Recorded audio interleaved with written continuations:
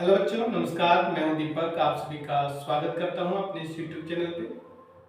बच्चों, तो क्या आप सभी तैयार हैं मैथ में धमाका करने के लिए? मेरे भावी टॉपर्स, मैं आपको बता दूं, क्लास 8, 9 और 10 के बच्चों के लिए मैंने एक प्रैक्टिस सेशन बेच स्टार्ट किया है, जिसमें हम गणित के सारे चैप्टर का एमसीक्यू क्वेश्चन करने वाले हैं।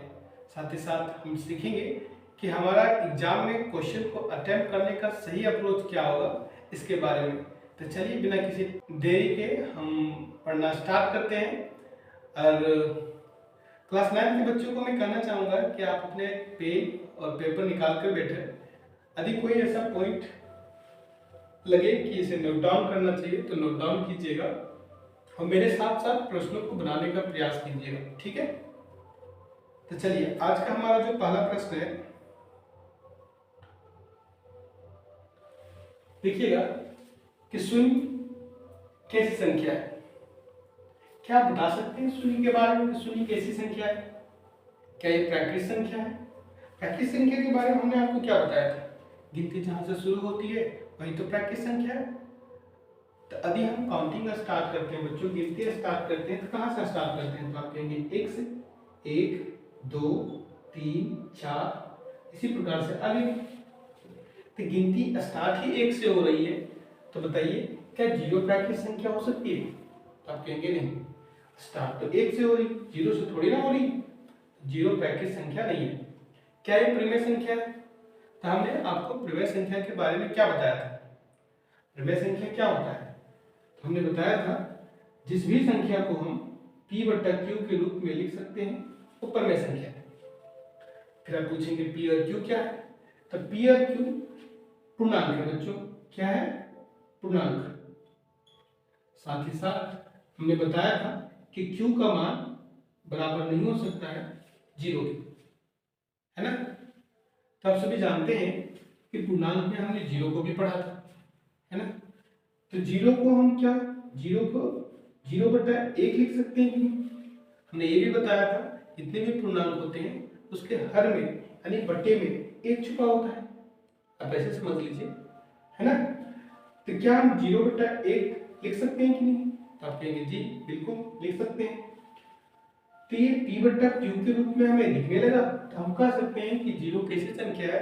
तो जीरो एक प्रमेय संख्या है, क्योंकि जीरो भी पूर्णांक है, एक भी पूर्णांक है। साथ ही साथ q का मान जीरो के बराबर भी नहीं है। तो ये बिल्कुल हम कह सकते हैं कि जीरो एक प्रमेय संख्या है। ठीक है बच्चों, चलिए अगला प्रश्न की ओर बढ़ते हैं। और अगला प्रश्न हमारा, अब बताइएगा बच्चों कि पाई कैसी संख्या है? तो जब मैं संख्याओं का प्रकार पढ़ा रहा था तो उस दौरान बताया था बच्चों कि पाई कैसी संख्या है? एक अपरिमेय संख्या है। इसका सही आंसर क्या हो जाएगा? अपरिमेय संख्या, है ना बच्चों? चलिए अगला प्रश्न को देखिएगा। थोड़ा मैं जूम कर देता हूं ताकि आपको स्पष्ट दिखे।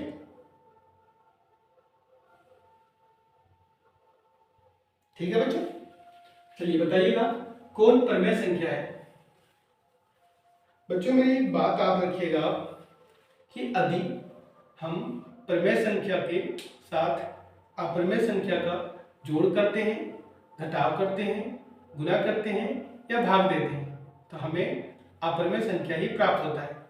आया जी समझ में? तो यहाँ क्या हो रहा है, हम अभी पढ़े कि पाई कैसी संख्या है? तो पाई एक अप्रमेय संख्या है और इस अप्रमेय संख्या का प्रमेय संख्या के साथ गुणा किया गया है। तो ये जो 2 पाई प्राप्त हुआ ये कैसी संख्या होगी? तो आप कहेंगे ये भी एक अपरिमेय संख्या होगी, है ना? चलिए आगे बढ़ते हैं, देखते हैं। ये तो अपरिमेय संख्या हो गई ना, हमें तो प्रमेय संख्या ही ढूंढना है। ये तो आंसर हो ही नहीं सकता। आगे समझते हैं कि ये दो तो प्रमेय संख्या है, इस प्रमेय संख्या के साथ एक अपरिमेय संख्या का घटाव किया गया है। तो ये 2 - √5 जो प्राप्त हुआ ये कैसी संख्या है? ये भी एक अपरिमेय संख्या है। ठीक है बच्चों, चलिए ऑप्शन को देखिएगा।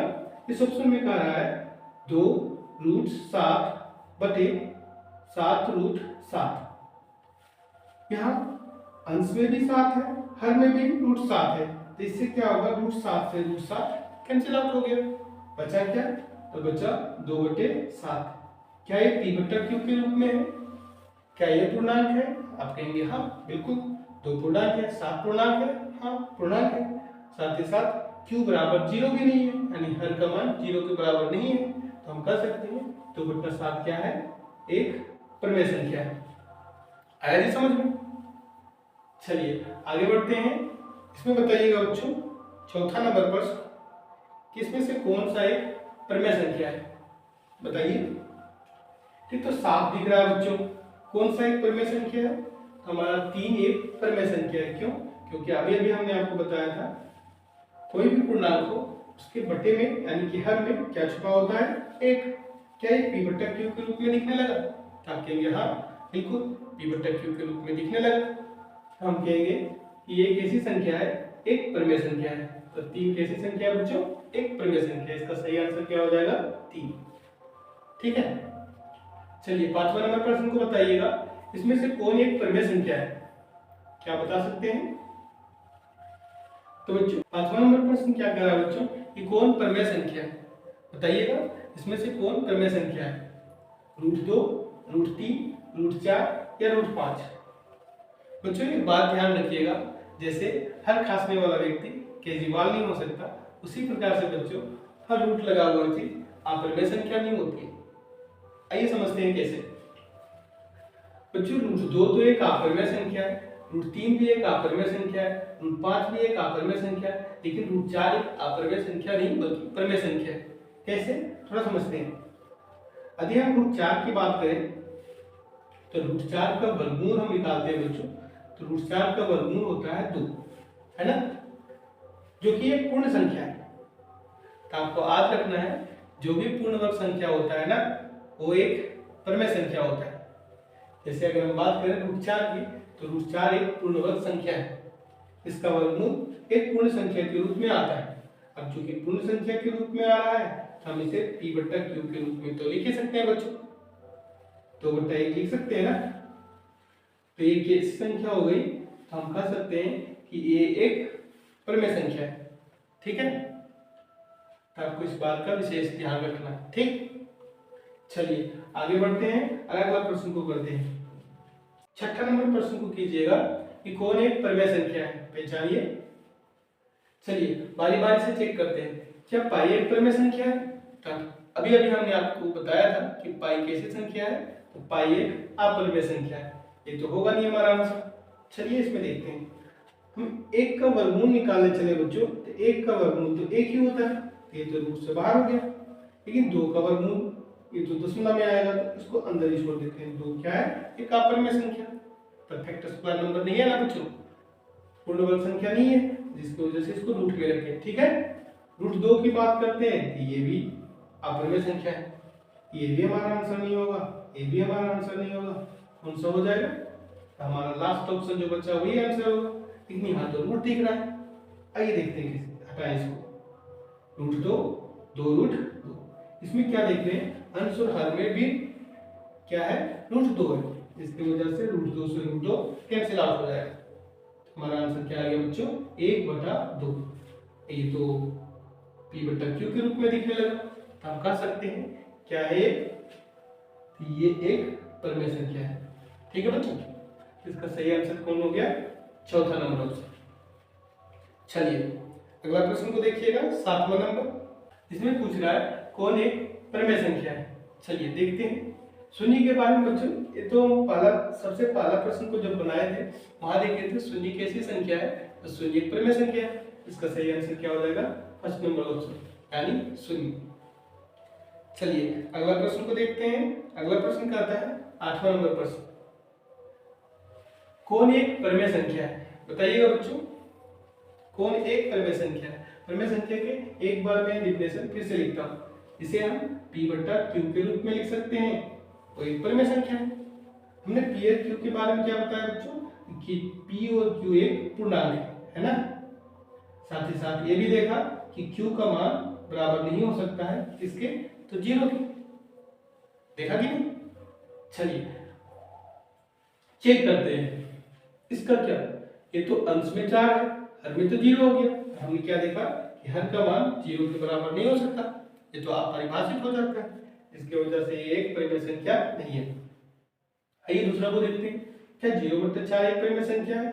हाँ, एक परिमेय संख्या है। क्यों? आइए चेक करके देखते हैं। सबसे पहले बोला है कि 0 और 4 के बारे में क्या होना चाहिए? पूर्णांक। 0 पूर्णांक है, हाँ।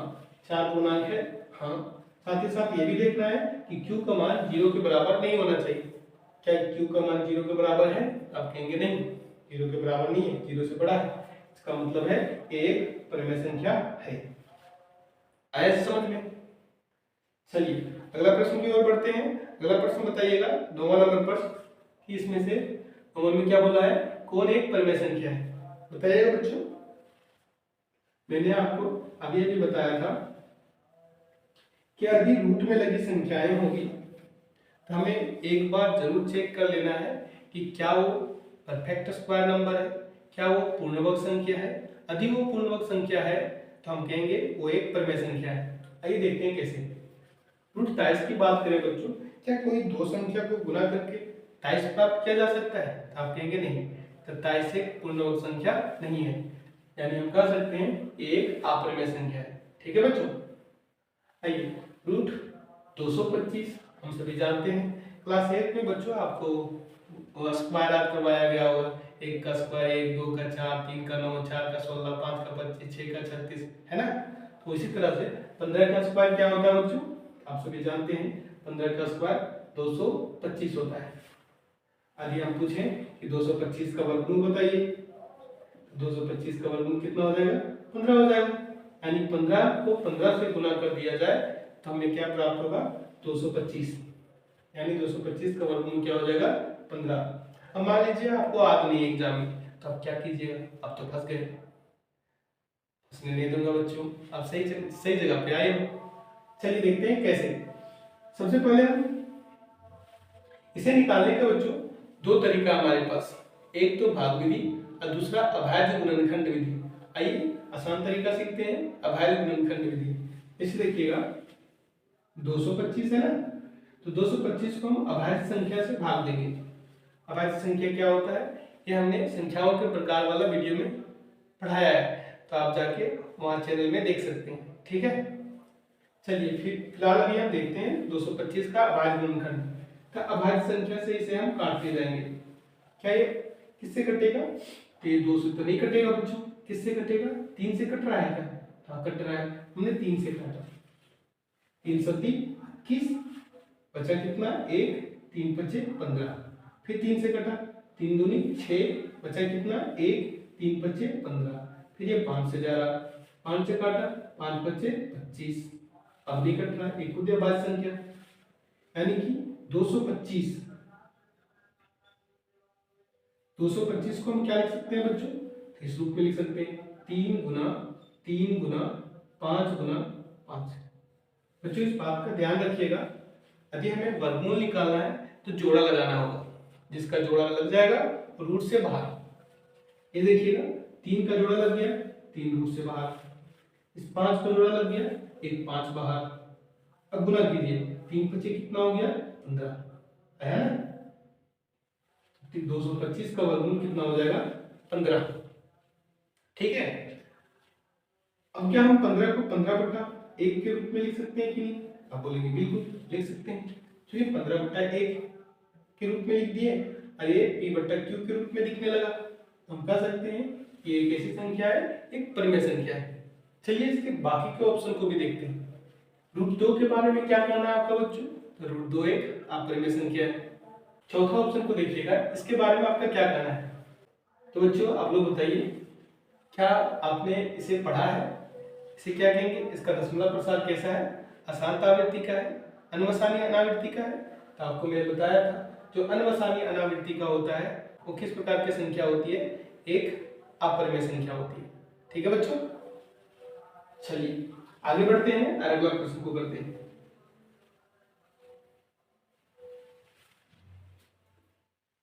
10वां नंबर प्रश्न को देखिएगा बच्चों। 10वां नंबर प्रश्न के बारे में बताइएगा कि कौन एक परिमेय संख्या है?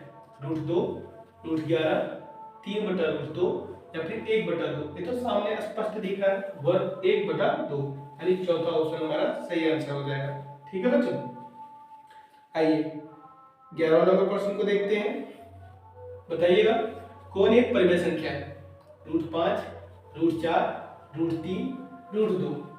ये लगता है क्वेश्चन रिपीट हो गया है ना। इसका सही आंसर क्या हो जाएगा बच्चों?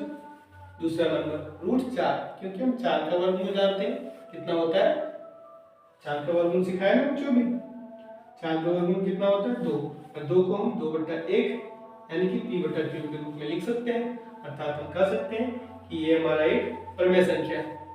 ठीक है, चलिए अगला प्रश्न की ओर बढ़ते हैं। बताइएगा बच्चों कौन एक परिमेय संख्या है? तो √3 तो एक अपरिमेय संख्या है। अच्छा, 2 √2/√2। अब यहाँ ध्यान से देखिएगा बच्चा, 2 √2 बटे √2, √2 से √2 तो कैंसिल आउट हो गया। क्या बचा? 2। मतलब में कुछ नहीं तो क्या है? 1। क्या ये p/q के रूप में है? आप कहेंगे जी बिल्कुल, ये p/q के रूप में है। ये कैसी संख्या है? परिमेय संख्या है ना बच्चों। इसका सही आंसर क्या हो जाएगा? दूसरा नंबर ऑप्शन। चलिए अगला प्रश्न को देखिएगा, इसके बारे में बताइएगा बच्चों। 13 नंबर प्रश्न, इसमें से पूछा गया आपसे कि कौन एक परिमेय संख्या है। चलिए बताइएगा। देखते हैं, सभी का वर्गमूल लेते हैं। 81 का वर्गमूल हम जानते हैं 9 होता है। क्या कोई दो संख्या को गुणा करके 91 प्राप्त किया जा सकता है? तो आप कहेंगे नहीं। इसको हम क्या करते हैं? रूट के अंदर ही रखते हैं। ठीक है, ये तो अपरिमेय संख्या निकला। चलिए इसको देखते हैं। 49 का वर्गमूल 7 होता है।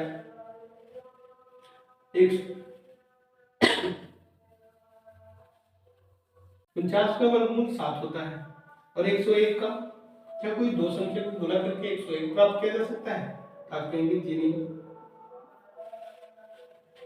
तो ये भी एक अपरिमेय संख्या है। चलिए इसको देखते हैं। 32/64, 32 का वर्गमूल नहीं निकाला जा सकता। 32 को हम ऐसे रूट के अंदर ही रख दिए। 64 को ये हम जानते हैं 64 का वर्गमूल कितना होता है भैया? तो 64 का 8 होता है। इसको अंदर ही रख दिए।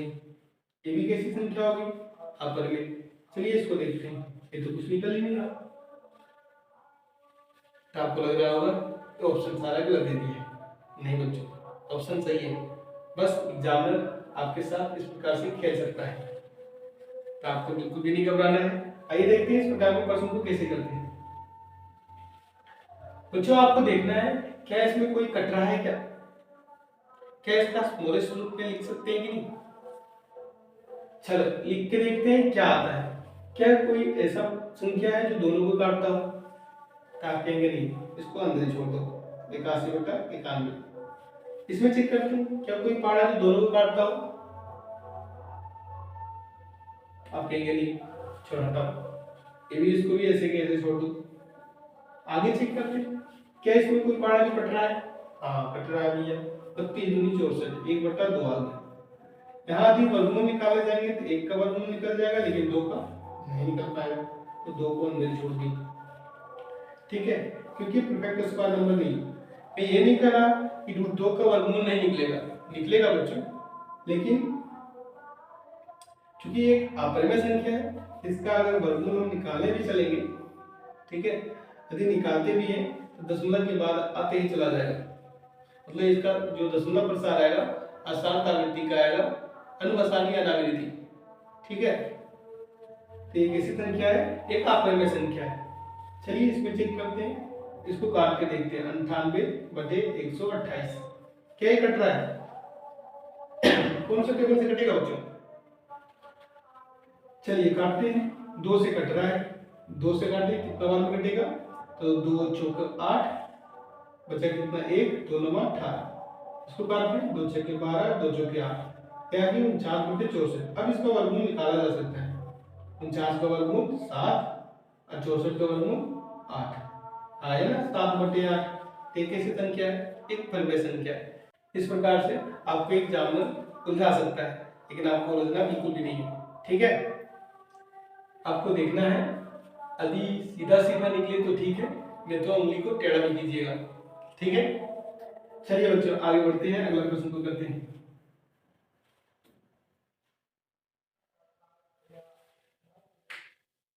इसमें बोला है कि परिमेय संख्या की पहचान करना है। बताइए बच्चों इसमें से परिमेय संख्या कौन सा है? पाई के बारे में मैंने क्या बताया, पाई कैसी संख्या है, आपर में, ठीक है। रूट 7 कैसी संख्या है, तो रूट 7 भी आपर में, क्योंकि रूट 7 एक पूर्ण वर्ग संख्या नहीं है, ठीक है। इसको चेक करते हैं, ये तो 16 हमें दिख रहा है। 25 का वर्गमूल तो जानते हैं ना बच्चों, 5 का स्क्वायर 25, तो 25 का वर्गमूल 5, तो 16/5 कैसी संख्या है, एक परिमेय संख्या, p/q के रूप में, ठीक है। तो हमारा सही आंसर क्या हो जाएगा, तीसरा। चलिए आगे बढ़ते हैं, अगला प्रश्न को करते हैं। रूट 5 के बारे में आपका क्या कहना है, रूट 5 कैसी संख्या है। तभी ऊपर देखा था बच्चों हमने कि रूट 5 कैसी संख्या है, तो रूट 5 एक अपरिमेय संख्या है, ठीक है। चलिए रूट 2 के बारे में क्या कहना है आपका, रूट 2 कैसी संख्या है, तो रूट 2 भी एक अपरिमेय संख्या है। इसका सही आंसर क्या हो जाएगा, दूसरा। अच्छा 3 माइनस रूट 3 कैसी संख्या है, बताइएगा। प्रमेय, अप्रमेय, प्राकृत, पूर्णांक। बच्चों अभी अभी मैंने आपको बताया था, यदि कोई प्रमेय संख्या में अप्रमेय संख्या को जोड़ा जाए, घटाया जाए, गुना किया जाए या भाग लगाया जाए, हमेशा परिणाम में अप्रमेय संख्या ही आता है, बताया था कि। तो चलिए बताइएगा कि 3 में से 3 एक परिमेय संख्या है, इस परिमेय संख्या में अप्रमेय संख्या को घटाया जा रहा है, तो रिजल्ट में कैसी संख्या प्राप्त होगी। ये जो 3 माइनस रूट 3 जो है ये कैसी संख्या है, आप कहेंगे ये अपरिमेय संख्या है ना। चलिए अब इस प्रश्न को करते हैं। 22/7 कैसी संख्या है, परिमेय है, अपरिमेय है, वास्तविक नहीं है, या इनमें से कोई नहीं, क्या लगता है बच्चों आप। तो अगर हम 22/7 को लिखें तो 22 कैसी संख्या है, एक पूर्णांक है, क्या 7 पूर्णांक है, आप कहेंगे बिल्कुल 7 भी पूर्णांक है। साथ ही साथ हम चेक करते हैं क्या q का मान 0 के बराबर है, आप कहेंगे नहीं q का मान 0 के बराबर नहीं है। ये कैसी संख्या हो जाएगी बच्चों, ये एक परिमेय संख्या हो जाएगी। कौन सा ऑप्शन हो जाएगा, पहला। चलिए अगला प्रश्न देखते हैं। अगला प्रश्न कहता है कि निम्न में से कौन परिमेय संख्या 3 और 4 के बीच में स्थित है। 3/4, 3/2, 7/2, 4/3, बताइएगा बच्चों। अब इस प्रकार के प्रश्न को कैसे करते हैं, आइए देखते हैं। ये 3 है और ये 4 है, इसके बीच पूछा है कि इसमें से कौन एग्जिस्ट करता है। आपको क्या करना है, इस प्रकार के प्रश्न को बनाने के लिए बच्चों आपको एक एक करके सब में भाग लगाना है। चलिए एक एक करके चेक करते हैं 3 और 4 के बीच में कौन आ रहा है। सबसे पहला 3 को भागा देना है 4 से, भागा दे दें, 0 बार में गया, कितना 0 आया, 3 में से 0 गया, कितना बचेगा 3, दशमलव आया, दशमलव के बदले 0 आया, 4 से काटा, 4 7 28, ये 0 पॉइंट समथिंग आ रहा है, हो सकता है कि 0 तो इधर ही आएगा, यानी कि ये पहला ऑप्शन गलत है। आइए दूसरा चेक करते हैं। दूसरा को बोलता है 3 से भाग देना है, 3 को भाग देना है किससे, 2 से, चेक कर, 2 एकम 2, बचा कितना 1, उत्तर कितना 0.0, 2 बचे 10, कितना आ रहा है 1 पॉइंट समथिंग, 1.5, 1.5 तो बच्चों इधर ही रहेगा, हमें 3 पॉइंट समथिंग चाहिए, तभी तो इसके बीच में जाएगा, 3 और 4 के बीच में। ये भी ऑप्शन गलत निकला। ये अगला चेक करते हैं। 7 को भागा देना है किससे, 2 से, 2 से भागा दिया, 2 दिया 6, बचा कितना 1, पॉइंट दूसरा 0, 2 बचे 10, आ गया 3.5, 3.5 आ रहा है। इसका क्या मतलब है, 3 से बड़ा है 4 से छोटा है, तो इसके बीच में तो यही है। इसका सही आंसर क्या हो जाएगा, तीसरा 7/2। ऐसे समझ में, ऐसे उड़ाना है एग्जाम में। चलिए आगे बढ़ते हैं, अगला प्रश्न को करते हैं।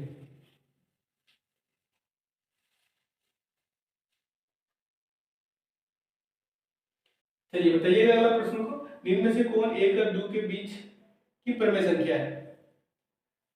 चलिए अभी मैंने बताया था आपको 1 2 के बीच पूछा है इसमें, तो 1 और 2 के बीच, इसका मतलब है 1 से बड़ा होना चाहिए, 2 से छोटा होना चाहिए। एक एक करके चेक करते हैं। 4 को भाग देना है 5 से, भागा जा रहा है, नहीं जा रहा है, 0 0 आया, 4 में से 0 गया तो 4, दशमलव 0, 5 से काटा 5 8 40, कितना आया बच्चों 0.8, ये तो इधर ही रह गया, हमें तो 1 पॉइंट समथिंग चाहिए, ये आंसर गलत है। चलिए इसमें चेक करते हैं। 5 को भागा देना है बच्चों किससे, 4 से, 4 एकम 4, बचा कितना 1, उतरा 0.0, 4 दूनी 8, कितना आ रहा है, यहाँ आ रहा है 1.2, तो 1.2 1 से बड़ा है, 2 से छोटा है, इसलिए सही आंसर क्या हो जाएगा हमारा 5/4। आगे समझ में? चलिए अगला प्रश्न करते हैं।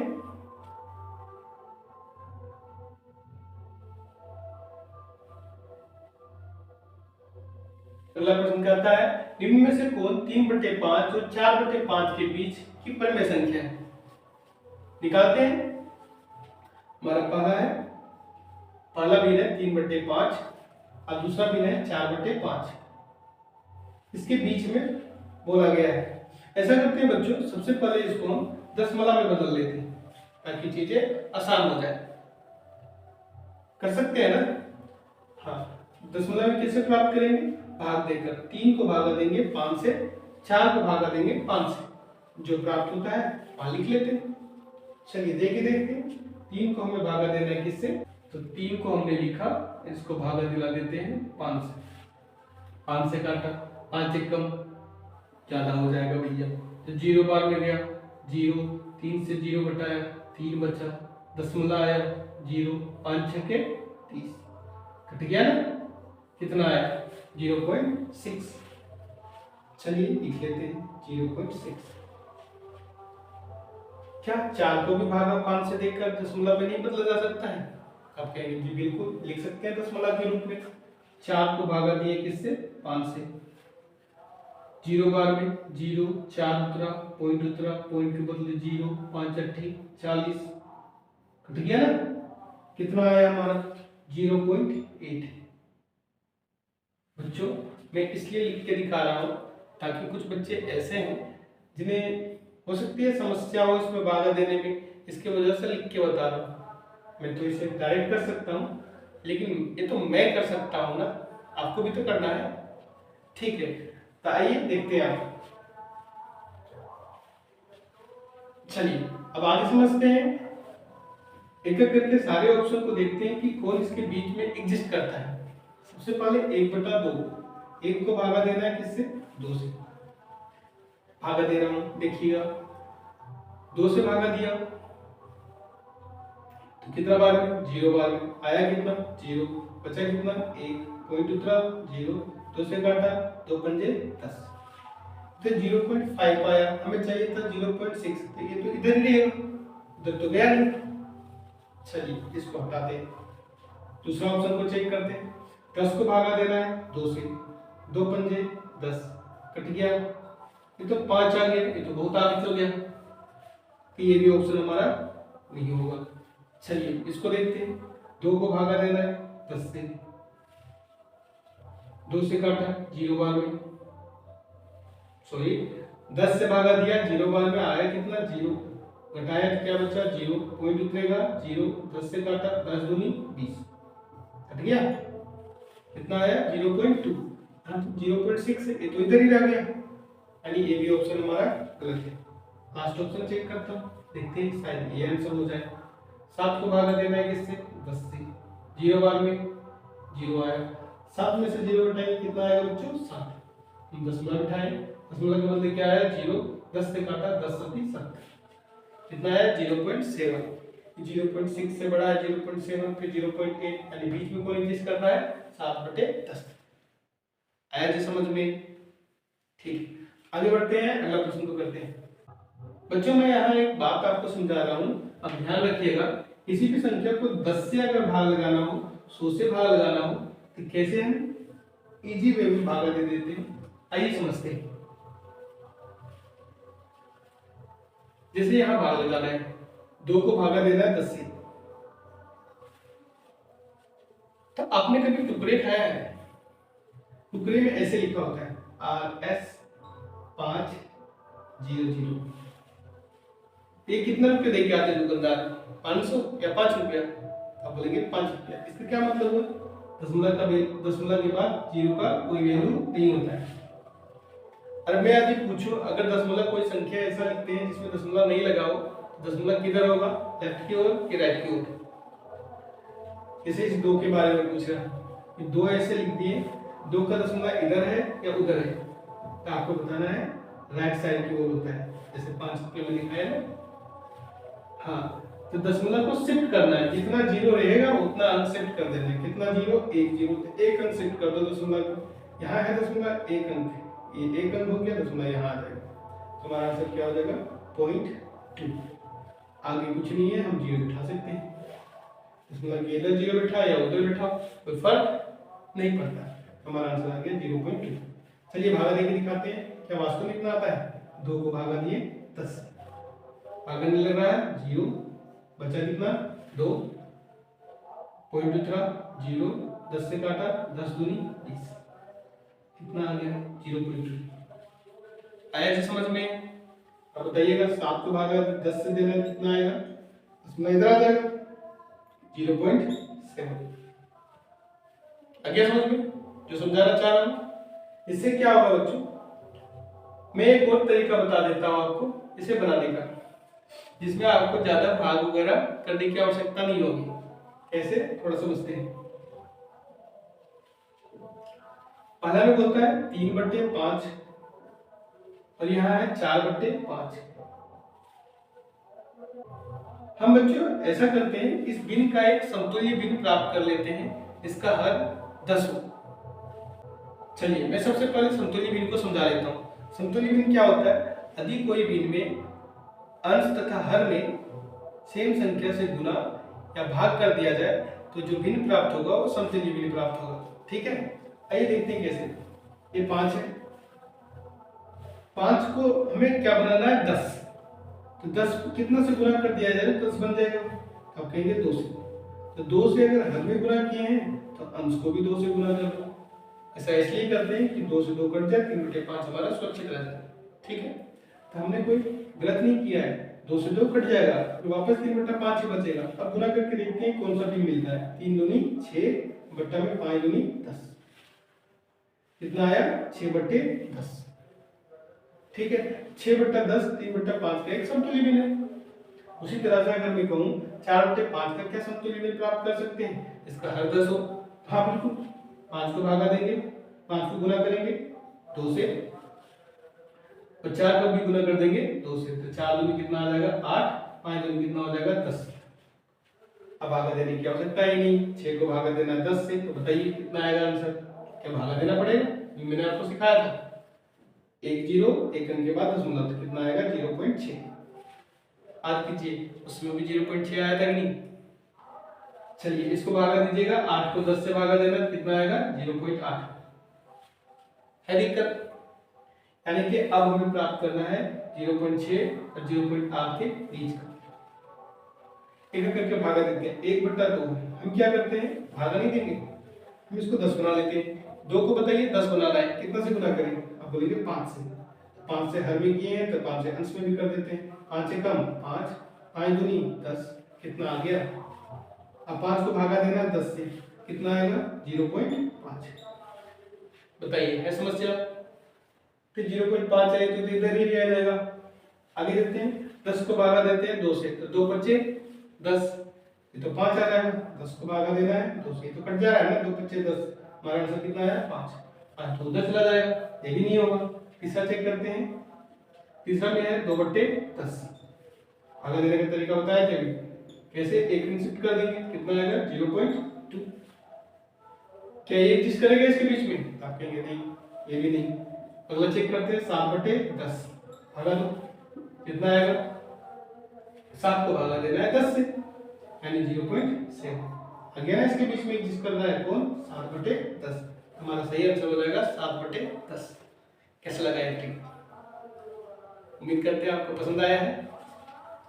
चलिए अगला बढ़ते हैं, अगला प्रश्न को करते हैं।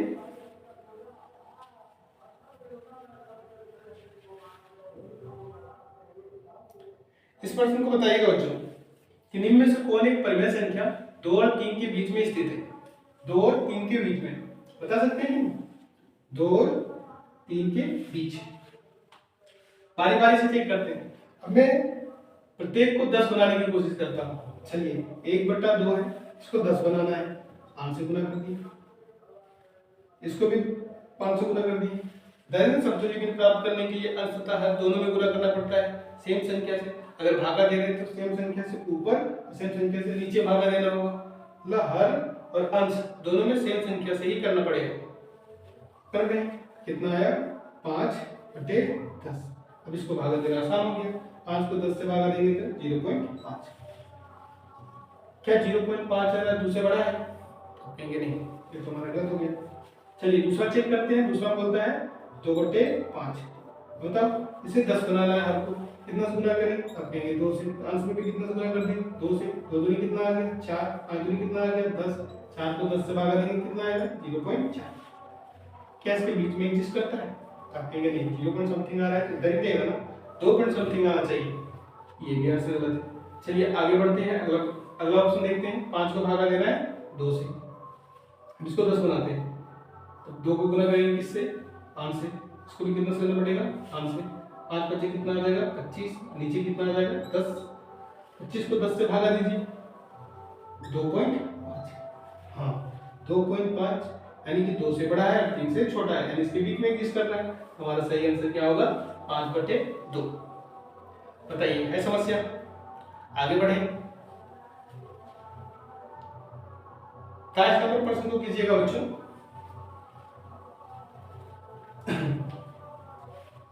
इसमें क्या बोलता है कि दो पूर्णांकों का गुणनफल हमेशा होता है, कैसा होगा? दो पूर्णांकों को यदि हम गुना करते हैं तो उसका जो गुणनफल आएगा वो एक ब्रैकेट संख्या होता है। चलिए चेक कर लेते हैं। एक पूर्णांक को -1 ले लेते हैं, दूसरा पूर्णांक को 2 ले लेते हैं, गुना करते हैं। माइनस प्लस माइनस 1 गुना 2 क्या हो जाएगा? 2। कितना आया हमारा आंसर? -2। अब बारी बारी से चेक करते हैं। क्या ये ब्रैकेट संख्या है? आप कहेंगे नहीं, ये तो पहला ऑप्शन गलत हो गया।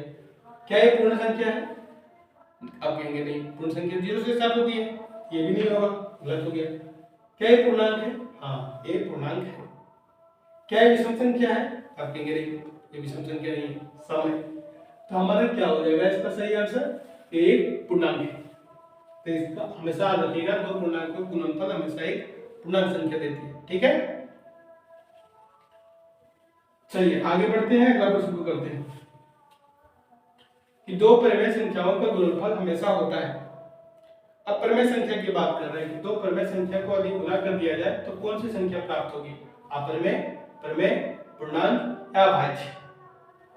हमेशा याद रखिएगा बच्चों कि दो परिमेय संख्याओं को यदि हम गुना करें तो हमेशा परिमेय संख्या ही आएगा। समझ में आया बच्चों? चलिए अगला प्रश्न है कि प्रत्येक परिमेय संख्या है पूर्ण संख्या, प्राकृत संख्या, अपरिमेय संख्या या वास्तविक संख्या? तो बच्चों मैंने संख्याओं के प्रकार में बताया था कि परिमेय संख्या और अपरिमेय संख्या का संयुक्त रूप ही क्या कहलाता है? वास्तविक संख्या। तो हमारा सही आंसर क्या हो जाएगा? प्रत्येक परिमेय संख्या क्या है? वास्तविक संख्या। ठीक है बच्चों, वास्तविक संख्या है। अब बताइएगा वास्तविक संख्या है क्या? परिमेय संख्या, अपरिमेय संख्या, 1 2 दोनों या इनमें से कोई नहीं? अभी भी मैंने बताया था परिमेय संख्या और अपरिमेय संख्या मिलकर क्या बनाता है? वास्तविक संख्या। हमारा सही आंसर क्या हो जाएगा? 1 2 दोनों। ठीक है, चलिए 27 नंबर प्रश्न को कीजिएगा। 27 नंबर प्रश्न कहता है कि दो परिमेय संख्याओं के बीच अधिकतम कितनी परिमेय संख्या हो सकती है? इसका सही आंसर क्या हो जाएगा बच्चों? लिखा हो सकती है। ठीक है, इसका सही आंसर क्या हो जाएगा बच्चों? 1 2 3 या अनंत।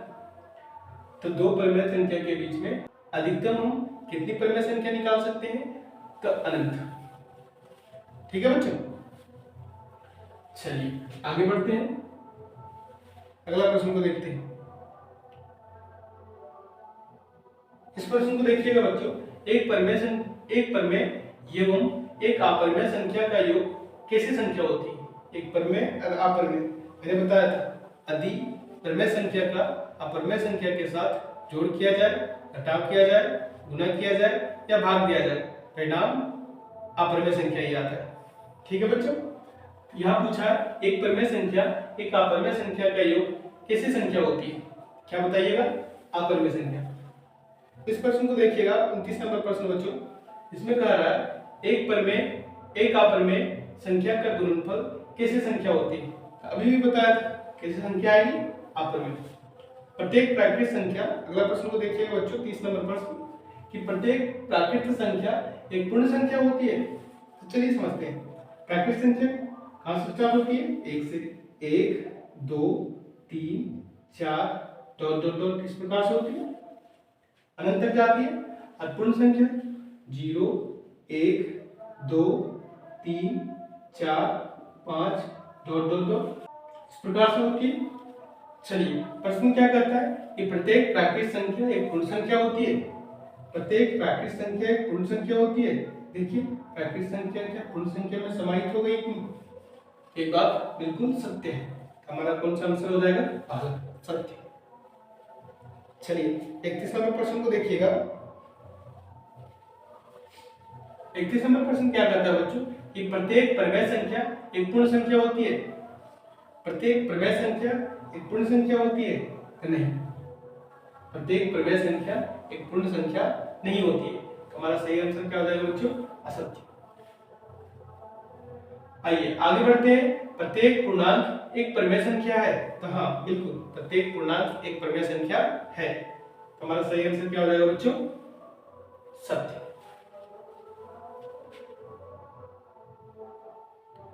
अगला प्रश्न को देखिएगा कि कौन अभाज्य संख्या है। अब आपको बच्चों थोड़ा समझना होगा यार। मैं कुछ संख्याओं को लिख रहा हूं 1 2 3 4 5 6 7 बस इतना ही लिखता हूं। इतना में आप समझ आइएगा। अब प्रत्येक का मैं गुणनखंड लिखने जा रहा हूं। गुणनखंड क्या होता है बच्चों? जिस भी टेबल से ये संख्या आती है वो उसका गुणनखंड होता है। जैसे एक किस किस टेबल में आएगा? एक के टेबल से। और कोई ऐसा टेबल जिसमें एक आता हो आप कहेंगे नहीं, यानी एक का गुणनखंड क्या होगा? एक ही होगा। क्या बता सकते हैं दो का गुणनखंड क्या होगा? दो किस किस पहाड़ा से आएगा? किस किस पहाड़ा में आएगा बच्चों बताइएगा? एक का पहाड़ा में और दो का पहाड़ा में। तो दो का गुणनखंड एक और दो है। चलिए तीन के बारे में बताइए। तीन का गुणनखंड कौन कौन सा हो जाएगा? तो तीन का गुणनखंड एक और तीन हो जाएगा। क्या उसी प्रकार से आप चार का गुणनखंड बता सकते हैं? चार का गुणनखंड एक दो और चार। पांच का गुणनखंड बताइएगा बच्चों। पांच का गुणनखंड क्या हो जाएगा? एक और पांच। छह का गुणनखंड एक दो तीन और छह। कितने पहाड़ों में आएगा? यानी कि ये इसके गुणनखंड हो गए। सात का गुणनखंड बताइएगा। सात किन पहाड़ा से कटेगा? एक से और सात से, यानी एक और सात इसका गुणनखंड हो गया। अब चलिए समझिएगा अभाज्य संख्या क्या होता है। तो जिसका केवल दो ही गुणनखंड हो वो अभाज्य संख्या है। जिसका दो से ज्यादा गुणनखंड हो वो भाज्य संख्या है। ठीक है बच्चों? तब बताइएगा इसमें से कौन भाज्य है और कौन अभाज्य है। बताइए एक कैसी संख्या है? भाज्य या अभाज्य? तो भाज्य की परिभाषा क्या बताया?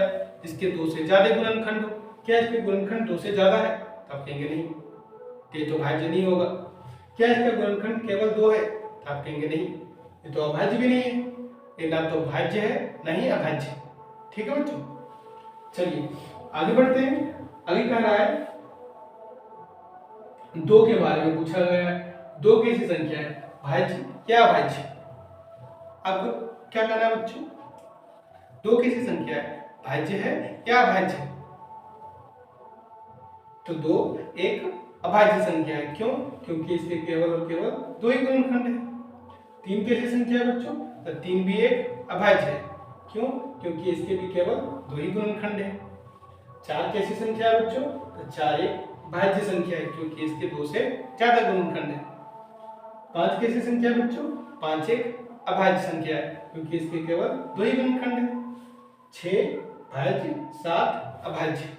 यदि मैं आपसे यहाँ से क्वेश्चन पूछूं तो बताइए सबसे छोटी अभाज्य संख्या कौन सी है? तो आपका जवाब क्या होगा? सबसे छोटी अभाज्य संख्या दो है।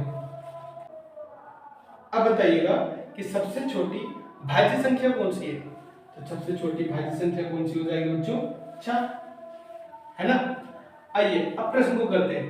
कौन अभाज्य संख्या है? पहचानिए बच्चों इसमें से अभाज्य संख्या कौन सा है? 2 1 0 4 अभाज्य। अभी देखा हमने कि दो अभाज्य संख्या है। चलिए अगला प्रश्न को कीजिएगा। अगला प्रश्न है बच्चों कि सबसे छोटी अभाज्य संख्या है। अभी भी देखा हमने सबसे छोटी अभाज्य संख्या दो है। तो हमारा सही आंसर क्या हो जाएगा? दो। चलिए बताइएगा कि कौन अभाज्य संख्या है। इसमें से पहचानिएगा बच्चों, कौन अभाज्य संख्या है। अभाज्य संख्या के बारे में क्या बताया कि जिसके केवल 2 ही गुणनखंड हो वो अभाज्य संख्या है। तो बताइएगा इसमें से अभाज्य कौन है। 8, 9, 11, 15। तो हम कहेंगे तीसरा नंबर ऑप्शन, क्योंकि तीसरा नंबर में है 11 और 11 कैसी संख्या है, अभाज्य संख्या। 11 एक का पहाड़ा में आता है और 11 का पहाड़ा में ही आता है, अर्थात हम कह सकते हैं कि 11 एक अभाज्य संख्या है। आया जी समझ में। चलिए आगे बढ़ते हैं। अगला प्रश्न क्या आता है, कौन अभाज्य संख्या है। फिर से बताइएगा बच्चों, 15, 23, 12, 75। तो हमारा अभाज्य संख्या कौन सा है, 23, क्योंकि 23 एक का टेबल से आएगा और 23 का टेबल में ही आएगा, अर्थात हम कह सकते हैं 23 कैसा संख्या है, एक अभाज्य संख्या। चलिए यहाँ तक कंप्लीट हो गया। अब अगला प्रश्न को कीजिएगा बच्चों, 37 नंबर प्रश्न। ये समझ में आ गया बच्चों, आगे बढ़ते हैं। 37 नंबर है, कौन अभाज्य संख्या। फिर से बताइएगा, 10, 21, 11, 35। एक प्रश्न डबल रिपीट हुआ है। चलिए कोई बात नहीं, बताइएगा कौन अभाज्य संख्या है। हमारा सही आंसर हो जाएगा 11। ठीक, अगला प्रश्न बताइएगा बच्चों कि कौन अभाज्य संख्या है। 28, 69, 71, 63। बताइएगा, इसका सही आंसर हो जाएगा 71, क्योंकि 71 एक का पहाड़ा से आएगा और 71 का पहाड़ा से ही आएगा, अर्थात हम कह सकते हैं कि 71 कैसी संख्या है, अभाज्य संख्या। चलिए 39 नंबर प्रश्न कीजिएगा बच्चों। 39 में कहता है सबसे छोटी भाज्य संख्या कौन सी है। अभी हमने देखा था सबसे छोटी भाज्य संख्या। भाज्य संख्या क्या होती है, जिसके 2 से ज्यादा गुणनखंड है वो भाज्य संख्या है।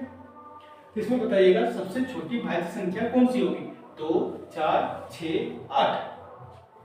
तो हम ये जानते हैं कि 8 भी भाज्य है, 6 भी भाज्य है और 4 भी भाज्य है, तो अभाज्य ठहरा। तो सबसे छोटी भाज्य संख्या कौन सी हो जाएगी, 4। ठीक है बच्चों। बच्चों मैं यहाँ एक प्रश्न आपसे पूछता हूँ, बताइएगा इसका आंसर आप कमेंट में, कि एकमात्र अभाज्य संख्या बताएं जो एक सम संख्या है। ठीक है बच्चों, चलिए आगे बढ़ते हैं, अगला प्रश्न को करते हैं। इस प्रश्न को कीजिएगा बच्चों, पूछा है इसका मान बताइए। क्या बता सकते हैं इसका मान। चलिए करते हैं। क्या लिखा है, 3 प्लस √3 और यहाँ लिखा है 3 माइनस √3। क्या आप इसे कर सकते हैं बच्चों। मैंने आपको एक फॉर्मूला बताया था, क्या क्या बताया था फॉर्मूला, कि a प्लस b और a माइनस b बराबर होता है a square minus b square. होता है कि नहीं, आप कहेंगे जी बिल्कुल होता है। तो यदि हम इससे कंपेयर करें, तुलना करें, तो पता चलता है a का मान 3 है और b का मान √3 है। यहाँ भी अगर ध्यान से देखें, a का मान 3 है, b का मान √3 है। इसका मतलब है इस फॉर्मूला पे सेट हो जाएगा। चलिए सेट करते हैं इसको, a का स्क्वायर करते हैं, यानी a के स्थान पे 3 है तो हमने किया 3 का स्क्वायर, माइनस b का स्क्वायर करना, b के स्थान पे √3 है, हमने किया √3 का स्क्वायर। चलिए सॉल्व करते हैं। 3 का स्क्वायर 9 माइनस √3 का स्क्वायर। अब बच्चों यहाँ आपको एक बात समझना है, ये जो रूट रखता है किसी संख्या के ऊपर से, तो उसका पावर आता है 3। सॉरी, जब ये रूट रखता है किसी संख्या के ऊपर से, इसका पावर आता है आधा। कितना आता है, आधा। और इसके पावर तो 2 ऑलरेडी है, इसका पावर भी है 2। आप सभी घात और घातांक में पढ़े थे कि इस प्रकार से पावर होता है, इन पावरों का आपस में क्या होता है, गुना करते हैं। गुना तो 2 से 2 कट जाएगा, क्या बचेगा, 3 का पावर 1। और 3 का पावर 1 का मान क्या होता है, 3 ही तो होता है। ठीक है बच्चों, तो इस प्रकार से जब कोई भी दिया रहेगा तो हम क्या कहेंगे, स्क्वायर करना है अगर रूट का, तो स्क्वायर से रूट हटा देंगे, क्या बचेगा सिर्फ यहाँ 3। हम 9 में से 3 जाएगा, कितना बचेगा बच्चों, तो आप बताएंगे 6। हमारा सही आंसर क्या हो जाएगा, 6। दूसरा नंबर। अब मान लीजिए आप एग्जाम में फॉर्मूला भूल गए, तो कैसे कीजिएगा। चलिए बताता हूं। लिखा है 3 + √3, अब यहां लिखा है 3 - √3, इसको गुना करना है। करते हैं गुना। 3 को पकड़े, 3 का गुना पूरे के साथ होगा, यानी 3 - √3 से। फिर √3 को पकड़ेंगे, +√3 लिख दिए, +√3 का गुना पूरे के साथ होगा, यानी 3 - √3 के साथ। क्या आप कर सकते हैं? चलिए करते हैं। 3 का गुना 3 से करें तो 3 3 किया 9, प्लस माइनस माइनस 3 का गुना √3 के साथ कर रहे हैं। ये प्रमेय है या अप्रमेय है? ऐसे नहीं कर दीजिएगा 3 किया 9 √9, नहीं बच्चों ये गलत है। अगर ये रूट में रहता, रूट का गुना होता तो 3 किया 9 कर देते, लेकिन ये दोनों रूट में नहीं है, एक प्रमेय है तो दूसरा अप्रमेय संख्या है। इस बात का ध्यान रखिएगा। इसका तो गुना तो करना है हमें, तो हमने लिखना है 3 √3। आया जी समझ में? चलिए आगे देखते हैं। ये हमारा प्लस है, ये हमारा प्लस है, प्लस प्लस प्लस 3 का गुना √3 के साथ करेंगे, कितना आएगा 3 √3। प्लस माइनस क्या हो जाएगा? माइनस। अब 3 का गुना 3 से करेंगे, √3 का गुना √3 से करेंगे, तो क्या आ जाएगा? √3 का स्क्वायर, तो दो हो जाएगा ना, √3 का गुना √3 से कर रहे हैं तो √3 का स्क्वायर। √3 का स्क्वायर अभी भी आपको बताया था, स्क्वायर से रूट हट जाएगा, तो हट जाएगा तो क्या बचेगा बच्चों? सिर्फ 3। चलिए सॉल्व करते हैं। ये +√3 -√3 तो कैंसिल आउट हो गया, कट गया। अब 9 में से 3 जाएगा, कितना बचेगा बच्चों? 6। आ गया ना हमारा आंसर 6। तो आप चाहे तो फॉर्मूला याद रखते हैं तो इस विधि से बना लीजिए, अगर नहीं याद रखते हैं तो इस विधि से बना लीजिए। आ गया समझ में? चलिए आगे बढ़ते हैं। इस प्रश्न को कीजिएगा 41 नंबर प्रश्न। मिटाता हूं इसको बच्चों।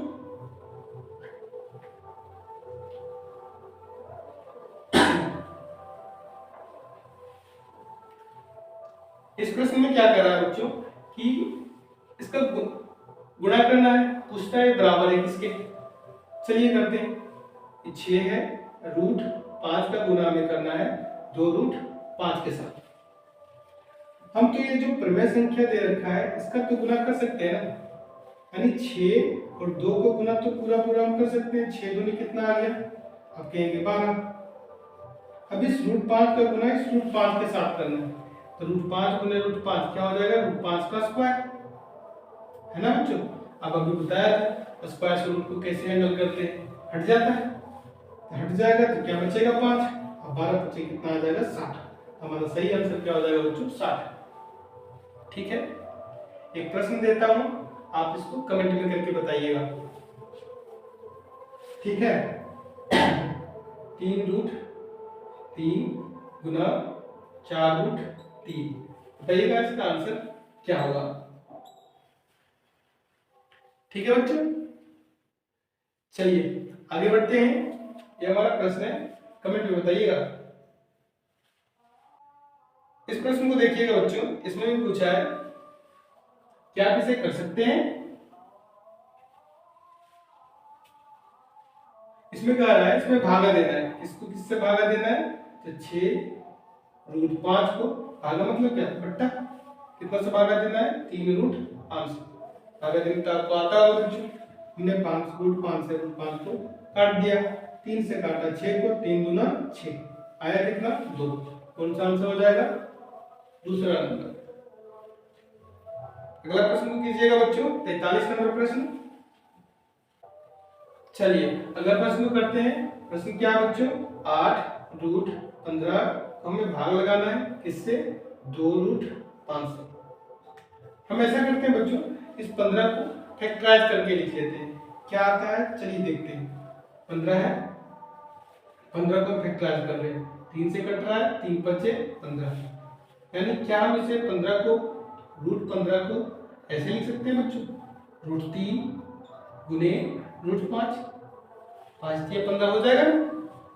चलिए इसको हम फैला के लिख देते हैं, जैसे 8 गुने √3 गुने √5, तो बटा में कितना है? 2 √5। काट छाट कर सकते हैं, 2 से काटा, 8 को 2 चौके 8, √5 से √5 कट गया, क्या आया? 4 रूट 3। हमारा आंसर आ गया 4 रूट 3। कौन सा आंसर हो गया? 4 रूट 3 हमारा सही आंसर क्या हो जाएगा? चौथा नंबर 4 रूट 3।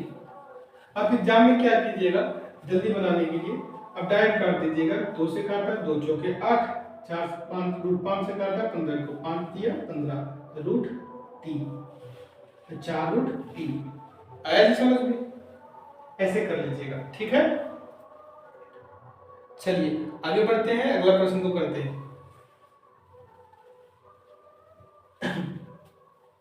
इस प्रश्न में क्या कह रहा है बच्चों कि 5 रूट 3, 5 रूट 3 में से घटाना है 2 रूट 3। क्या आएगा आंसर बच्चों? अब 5 रूट 3 है जिसमें से 2 रूट 3 चला गया, कितना रूट 3 बचेगा? तो 5 में से 2 चला गया तो कितना बचेगा? 3 रूट 3। हमारा सही आंसर क्या हो जाएगा? 3 रूट 3। कौन सा आंसर है बच्चों? 3 रूट 3, तीसरा नंबर ऑप्शन, ठीक है। आया समझ में? समस्या है नहीं? चलिए आगे बढ़ते हैं। अगला प्रश्न है 5 रूट 3 ऐसे घटाना है 2 रूट 3 को। 5, ये तो हमने देख लिया बच्चों, अगला प्रश्न था हमारा। चलिए अगला प्रश्न को देखते हैं। अगला प्रश्न है हमारा 5 प्लस रूट 5 और 5 माइनस रूट 5। अभी अभी देखा था हमने, एक प्रश्न बनाया था इस प्रकार का, a plus B A minus B, क्या हो जाएगा? a का स्क्वायर माइनस b का स्क्वायर, यानी a के स्थान पे तो 5 है तो 5 का स्क्वायर, और माइनस b के स्थान पे रूट 5 है तो रूट 5 का स्क्वायर। सॉल्व करेंगे जो आएगा हमारा आंसर। 5 का स्क्वायर किया तो हमारा आया 25, माइनस रूट 5 का स्क्वायर से रूट हट जाएगा, क्या बचेगा? 5। अब 25 में 5 गए कितना बचेगा बच्चों? 20। हमारा सही आंसर क्या हो जाएगा? दूसरा नंबर ऑप्शन 20।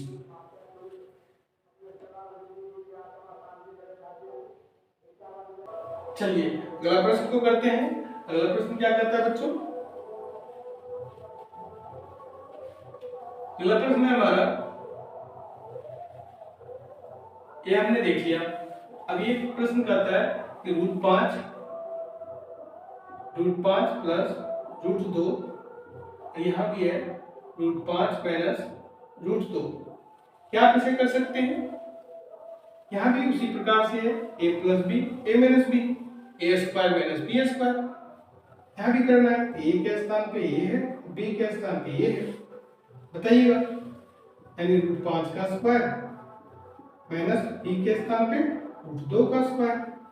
सॉल्व करते हैं, स्क्वायर से रूट हट गया 5 बचा, स्क्वायर से रूट हट गया 2 बचा, 5 में से 2 गया कितना बचेगा बच्चों? तो आप कहेंगे 3। हमारा सही आंसर क्या हो जाएगा? 3। बताइए 3 कहाँ है? Second option. चलिए 47 नंबर बताइएगा बच्चों।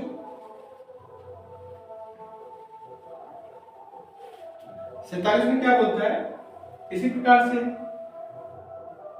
रूट 11 माइनस रूट 7, और एक बार रूट 11 प्लस रूट 7। क्या बता सकते हैं? a का स्क्वायर माइनस b स्क्वायर करना है, a के स्थान पे 11 का स्क्वायर करेंगे तो कितना बचेगा बच्चों? रूट 11 का स्क्वायर माइनस b के स्थान पे रूट 7 तो रूट 7 का स्क्वायर। स्क्वायर से रूट हटा 11 बचा, स्क्वायर से रूट हटा 7 बचा, 11 में 7 के कितना बचेगा? 4। हमारा सही आंसर क्या हो जाएगा? 4। ऑप्शन कौन सा हो जाएगा? तीसरा नंबर। अब चलिए बच्चों आप समझते हैं प्रमेयकरण को।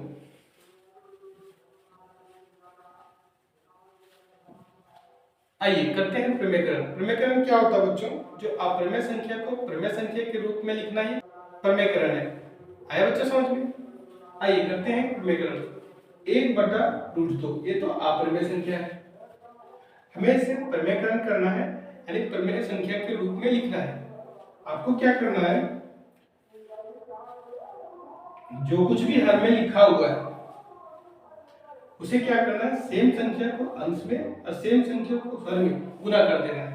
जैसे √2 है ना बच्चों, तो √2 को ऊपर भी और √2 को नीचे भी गुना कर देना है। करते हैं गुना, देखते हैं क्या आता है। 1 का गुना √2 से करेंगे तो कितना आएगा? √2।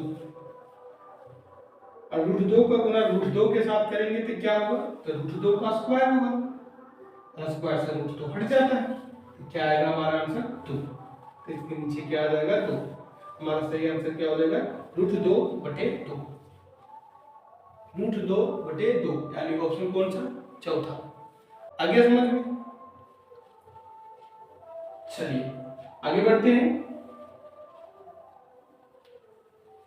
1/√7 का क्या प्रमेयकरण कर सकते हैं आप, मैंने क्या सिखाया, 1/√7 लिखना है, जो हर में है उसी का एक बार ऊपर गुना, एक बार नीचे, एक बार अंश में, एक बार हर में। अब गुना करते हैं, 7 का गुना 1 से हुआ तो √7, और √7 का गुना √7 से हुआ तो 7 बचेगा, यानी √7/7। हमारा आंसर क्या हो गया, √7/7। ठीक है बच्चों, आपको करना क्या है, एग्जाम में इसको कैसे बनाएंगे आइए थोड़ा समझते हैं। हमने देखा 1/√2 का प्रमेयकरण, 1/√7 का प्रमेयकरण। मैं कुछ और क्वेश्चन दे देता हूँ, 1/√5 का प्रमेयकरण। आइए करते हैं। आपको जब भी ऐसा प्रश्न दिखे एग्जाम में पूछे तो आपको करना क्या है, ये जो √2 दिख रहा है आपको ऊपर लिख देना है, और इसमें रूट हटा के लिख देना है। ठीक है, गुना करने पर वही आएगा ना, इसमें भी वही करना है। √7 को ऊपर ले जाना है और सिर्फ 7 को लिखना है। यहाँ क्या करना है, √5 को ऊपर ले जाना है, यहाँ सिर्फ 5 को लिखना है। ये लीजिए बन गया। आया जी समझ में, एग्जाम में आएगा तो कैसे समझना है उसको। ठीक है, चलिए आगे बढ़ते हैं, अगला प्रश्न को करते हैं। इसमें भी करना है 50 नंबर प्रश्न को देखिएगा बच्चों। इसमें क्या कर रहा है, इसका हल का प्रमेयकरण कीजिए। इस प्रकार के प्रश्न आएगा तो कैसे करना है, आइए पहले देखते हैं डिटेल सॉल्यूशन, फिर इजी वे में कैसे उड़ाना है इसे बताएंगे। ठीक है, आइए पहले देखते हैं डिटेल सॉल्यूशन। 1/2 + √3। आपको क्या करना है, जो भी हल में हो सेम संख्या का गुना ऊपर और सेम संख्या का गुना नीचे करना है। तो करते हैं 2√3, 2√3। एक बात आपको और ध्यान रखना है, चिन्ह को बदलना है, ये प्लस में है यहाँ माइनस लिखना है, यहाँ भी माइनस लिखना है। ठीक है बच्चों, चलिए अब इसे सॉल्व करते हैं। 1 का गुना अगर 2 - √3 के साथ होगा तो क्या आएगा, 2 - √3 ही आएगा। नीचे 2 + √3 और 2 - √3, इसका क्या मतलब हुआ, इसका गुना करना है।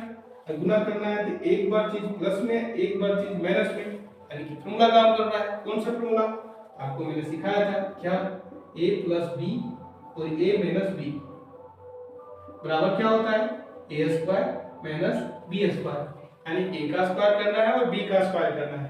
चलिए करते हैं, a के स्थान पे कितना है 2 और b के स्थान पे कितना है √3, यानी कि 2 का स्क्वायर माइनस √3 का स्क्वायर करना है। अगला लाइन में करते हैं, ऊपर तो 2 - √3 हो जाएगा और नीचे 2 का स्क्वायर कितना हो जाएगा बच्चों 4, √3 का स्क्वायर कितना हो जाएगा, स्क्वायर से रूट खत्म, बचेगा 3। ये तो जैसे कि तैसे रहेगा, 2 - √3, 4 में 3 गया, कितना बचेगा 1। ये हमारा आंसर। बताइए समस्या है, कर लीजिएगा। यदि एग्जाम में ये प्रश्न आएगा क्या बच्चों आप कर पाएंगे इसे, कर लीजिएगा ना। हाँ, बढ़ते हैं आगे, अगला प्रश्न को करते हैं।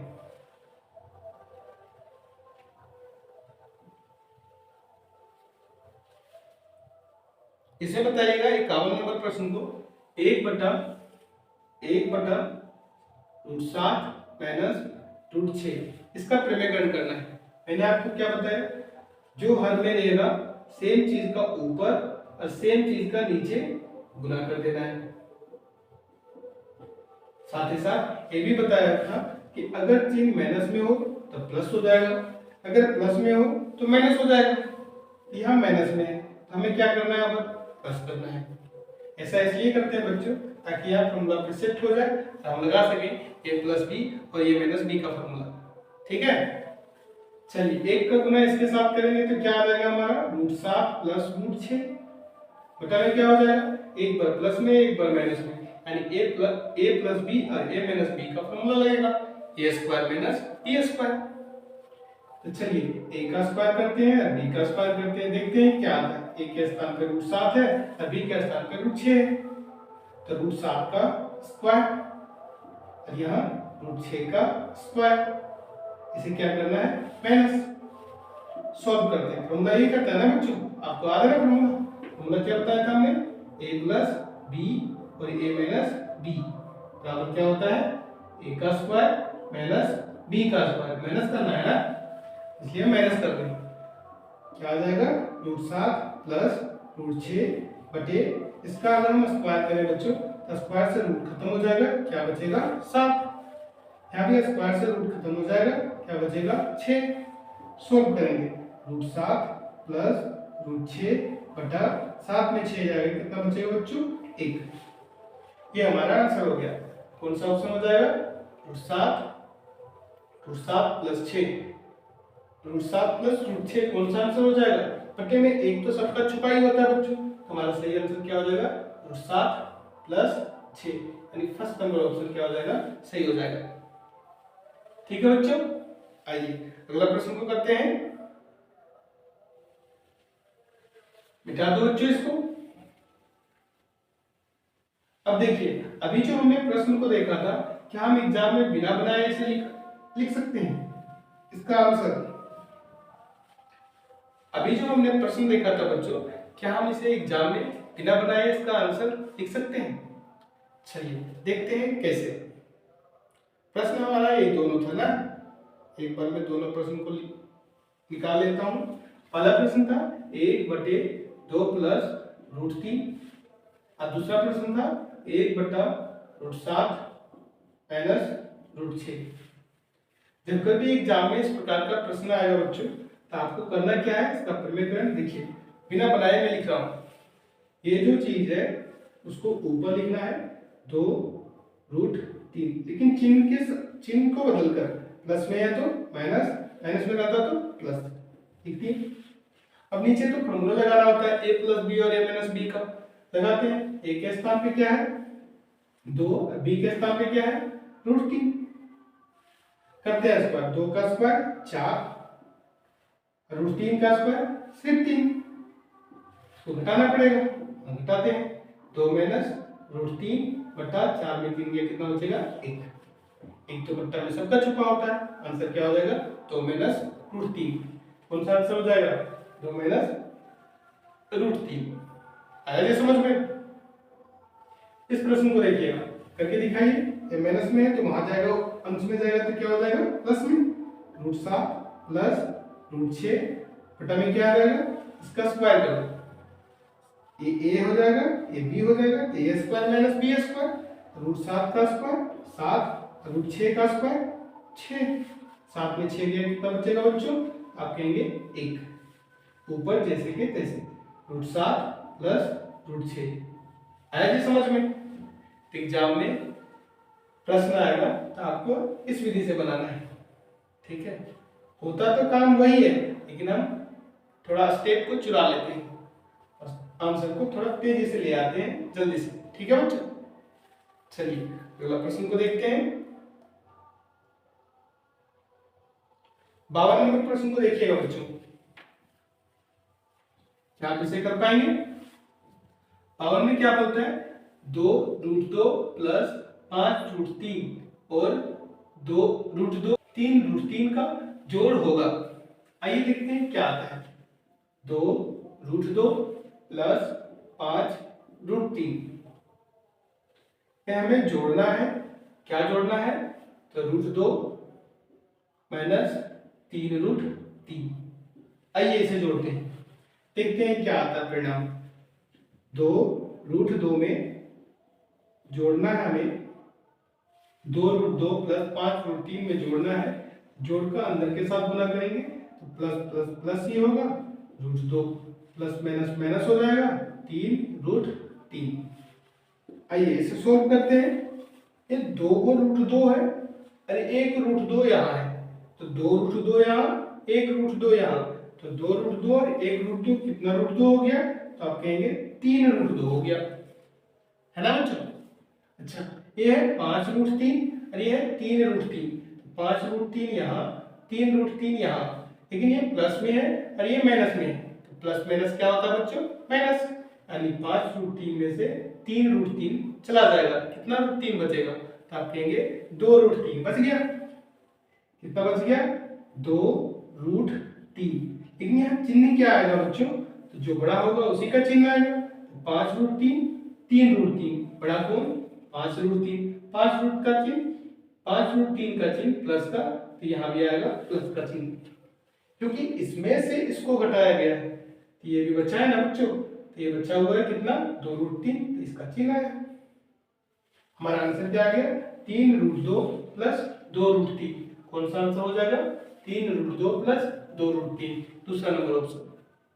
आया जी समझ में? ठीक है, आगे बढ़ते हैं, अगला प्रश्न को करते हैं। 53 नंबर प्रश्न। चलिए अब हम अगला प्रश्न को करते हैं। अगला प्रश्न में बच्चों अब यहाँ घात और घातांक के नियम लगेंगे, ठीक है? आइए समझते हैं प्रश्न को। सबसे पहला प्रश्न करता है, यानी 53 नंबर प्रश्न करता है, 32 का पावर है 1/5, तो इसका मान बताइए। कैसे निकालेंगे? आइए समझते हैं। सबसे पहले 32 को हम घात के रूप में लिख लेते हैं। 32 को काटा किससे? 2 से। कितने बार में? 16 बार में। फिर 2 से कट रहा है कितने बार में? 8 बार में। फिर 2 से कट रहा है 4 बार में। फिर 2 से कट रहा है 2 बार में। यानी हम 32 को क्या लिख सकते हैं? 32 को हम लिख सकते हैं 1 2 3 4 5, 2 गुने 2 गुने 2 गुने 2 गुने 2, है ना बच्चों? ये 32 के बराबर है। हम ये भी पढ़े हैं कि गुना में पावर सबका जुड़ जाता है, सबका पावर कितना है? 1, यानी हम इसे लिख सकते हैं 2 का पावर 5, है ना बच्चों? तो क्या हम इस 32 को रिमूव करके 32 के स्थान पे 2 के पावर 5 लिख दें? क्या इसमें हमने कोई गलती कर दिया? तो आप कहेंगे बिल्कुल नहीं, 2 के पावर 5 के रूप में हम 32 को लिख सकते हैं। चलिए बहुत अच्छा। और इसका भी पावर क्या है? 1/5।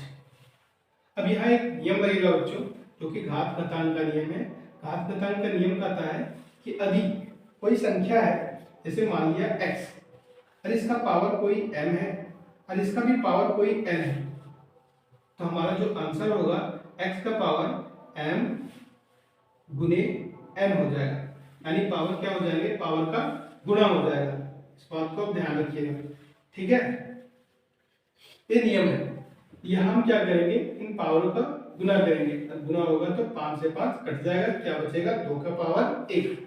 2 का पावर 1 का मान क्या होता है? 2 ही तो होता है। तो हमारा सही आंसर क्या हो जाएगा बच्चों? 2। तो 2 आंसर कौन सा हो जाएगा? First option. आया जी समझ में?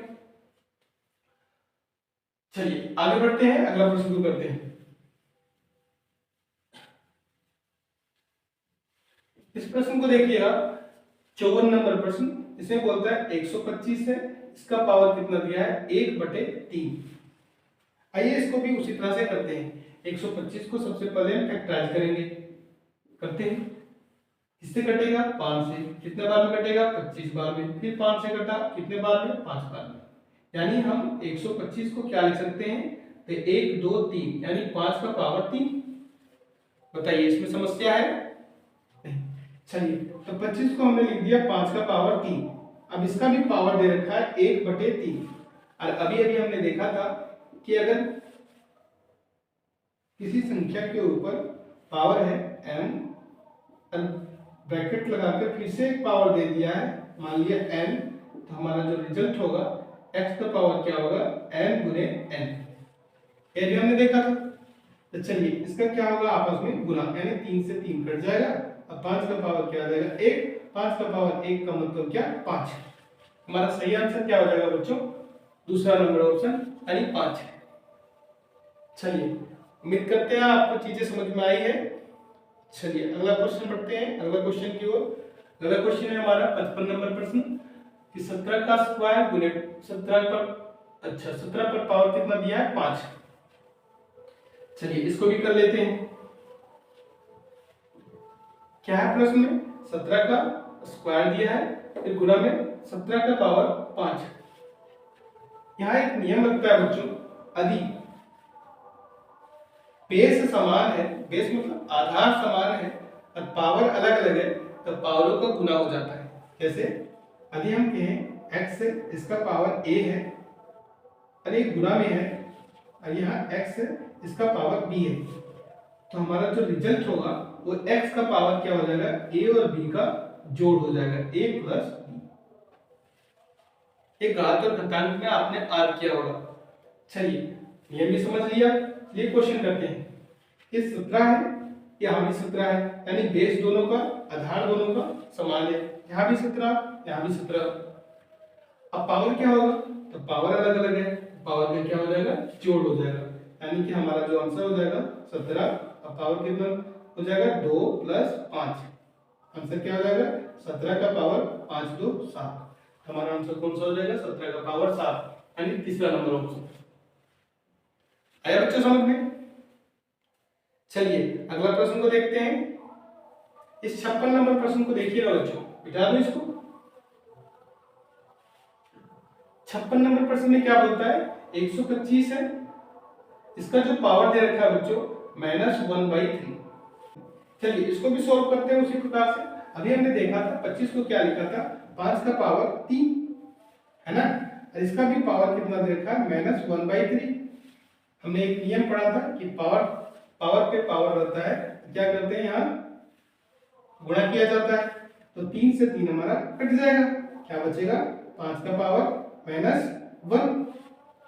बच्चों आप यहाँ ध्यान रखिएगा, यदि पावर ऋणात्मक हो तो हम इसे धनात्मक कर सकते हैं। इसके लिए क्या करना होगा, आइए समझते हैं। यदि कोई संख्या है x, इसका पावर है -1, हम चाहते हैं कि इसका पावर हो जाए प्लस में, तो हमें क्या करना होगा, बड़ा सिंपल, इसके बट्टा में कुछ नहीं तो क्या छुपा होता है बच्चों, 1, तो हम 1 को ऊपर ले जाएं, x को नीचे कर दें, तो इसका पावर क्या हो जाएगा, प्लस में। ये जो माइनस में था अब ये प्लस में हो जाएगा। यहाँ भी यही करेंगे, 5 के नीचे कुछ नहीं तो क्या छुपा है बच्चों, 1 को हमें ऊपर कर देना है, 5 को हमें नीचे कर देना है। अब इसका जो पावर हो गया प्लस का 1 हो गया। अब 1 प्लस का 1 हो गया, तो अब क्या करेंगे, 1 का अगर पावर 1 निकालेंगे तो 1 ही आएगा, और 5 का पावर 1 निकालेंगे तो 5 ही आएगा, यानी कि हमारा आंसर क्या हो गया, 1/5। कौन सा आंसर हो जाएगा बच्चों, पहला ऑप्शन 1/5। आया जी समझ में? ठीक है आगे बढ़ते हैं। अगला प्रश्न क्या करता है बच्चों, ध्यान से देखिएगा, 57 नंबर प्रश्न। इसमें बोलता है 7 का पावर है 1/5, फिर बट्टे में है, फिर 7 का पावर है 1/5, सेम संख्या है, कट जाएगा, आंसर कितना आएगा बच्चों, 1। कौन सा आंसर है, दूसरा नंबर। यहाँ भी 7 का पावर 1/5 है, यहाँ भी 7 का पावर 1/5 है, तो हमारा आंसर क्या हो जाएगा, 1। यदि आप नियम लगाना चाहेंगे तो आप नियम से भी बना सकते हैं। कैसे, आइए समझते हैं। यदि बेस होता है तो पावर का क्या हो जाता है, माइनस, है ना बच्चों। यदि बेस समान है तो पावर का क्या हो जाता है, घटाव हो जाता है ना। चलिए भाग में देखा था ना हमने, देखिए नियम क्या करता है, यदि x का पावर a है, भागा है y, भागा यानी कि बट्टा, फिर x का पावर b है, यदि बेस समान है, पावर अलग अलग है, तो हम क्या करेंगे, x का पावर a माइनस b कर देंगे। आया समझ में, दोनों का पावर क्या करेंगे, घटा देंगे। चलिए तो घटाते हैं, ये 7 है, 7 का पावर कितना है, 1/5, इसमें घटाएंगे किसको, 1/5, कितना आ जाएगा, 7 का पावर 1/5 में से 1/5 चला गया, कितना बचेगा, 0। अगर हम सभी पढ़े कि किसी भी संख्या के ऊपर पावर 0 हो जाए तो मान कितना होता है, 1। इसका मान कितना हो जाएगा बच्चों, 1। आप कहेंगे कैसे भैया, इसको बताइए फिर से, नहीं समझ में आया। किसी भी संख्या के पावर 0 का मतलब 1 कैसे हो जाता है, क्या आप इस नियम को मानते हैं, क्या इस नियम में अगर यदि आपको दिक्कत है तो बोलो। यदि बेस समान होता है तो पावर घटता है कि नहीं, घटता है। चलिए समझते हैं। यदि हम कहें 2 का पावर 4 बटे, चलिए छोटा वैल्यू कर देते हैं, 2 का पावर 3 बटे 2 के पावर 3। ठीक है, अभी 2 के पावर 3 का है, इसका क्या मतलब है? इसका मतलब है 2 को 3 बार लिखेंगे, 2 गुने 2 गुने 2। नीचे भी कितना लिखेंगे? 2 गुने 2 गुने 2 लिखेंगे ना बच्चों। अच्छा, ये इस नियम के हिसाब से क्या लिखेंगे? हमारा जो आंसर आएगा 2 के पावर 3 माइनस 3, यानी 2 के पावर 0, यानी सभी आपस में बराबर है। आइए इसको काट छाट के देखते हैं क्या आता है। 2 से 2 कटा, 2 से 2 कटा, 2 से 2 कटा, क्या आया? 1/1। एक तो बट्टा में सबका छुपा होता है, तो हमारा आंसर कितना आया बच्चों? तो आप कहेंगे 1, यानी सारा सारा आपस में क्या है? बराबर। यानी हम कह सकते हैं 2 का पावर 0 का वैल्यू कितना है? 1। ठीक है बच्चों, ऐसा आया बात समझ में? चलिए उसी प्रकार से 7 का पावर 0 का मान कितना आ गया? 1। और आप देख भी पा रहे हैं सेम चीज है, कट गया, आंसर आया कितना? 1। ठीक है, आगे बढ़ते हैं।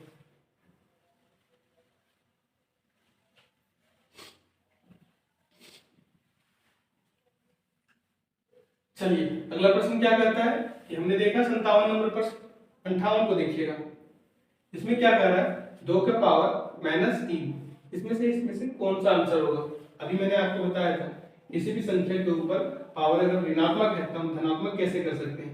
x का पावर मान लो माइनस a है, अगर धनात्मक करना है तो इसके बट्टे में कुछ नहीं, तो 1 है तो 1 ऊपर x नीचे। अब पावर कैसा हो गया बच्चों इसका? तो प्लस का 1 हो गया।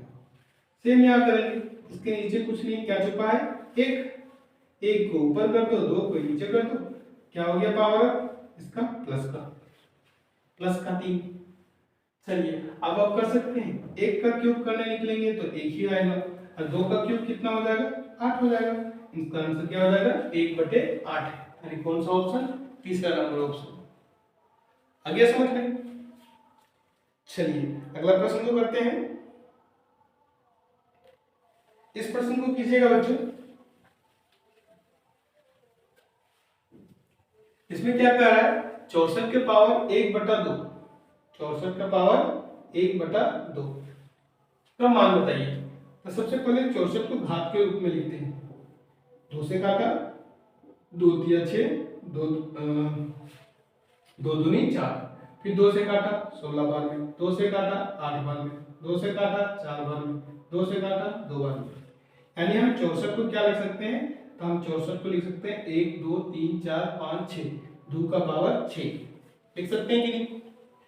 तो इस 64 को हमने लिख दिया 2 का पावर 6, इधर पावर में दे रखा था 1/2। अभी हमने देखा कि इस प्रकार से रहे तो पावर का क्या हो जाता है? गुना। तो पावर को गुना किए तो 2 तिया 6, यानी 2 का पावर कितना आ गया? 3। और 2 का पावर 3 का मतलब 2 को 3 बार लिखो और गुना करो। तो 2 को अगर 3 बार लिखते हैं, गुना करते हैं, कितना आता है? 1। तो हमारा सही आंसर हो जाएगा 8, यानी चौथा ऑप्शन। चलिए अगला प्रश्न को देखिएगा, 60 नंबर प्रश्न।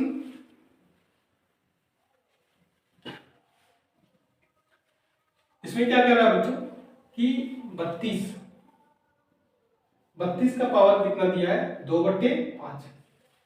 क्या हम 32 को ऐसे लिख सकते हैं? 2 का पावर 5, 2 दूनी 4 दूनी 8 दूनी 16 दूनी 32, 2 का पावर 5 हुआ कि नहीं? अब 2 के पावर 5 दिया हुआ है, इसकी भी पावर दिया है 2/5। चलिए इस पावर की बात करते हैं, तो 5 से 5 तो कट गया। अब क्या बचा? 2 के पावर 2, और 2 के पावर 2 का मतलब क्या होता है बच्चों? 4, 2 का स्क्वायर यानी 4। हमारा सही आंसर क्या हो जाएगा? 4।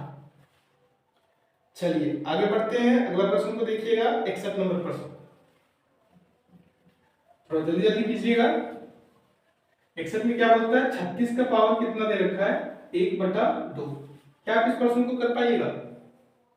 36 का पावर कितना दिया है? 1/2।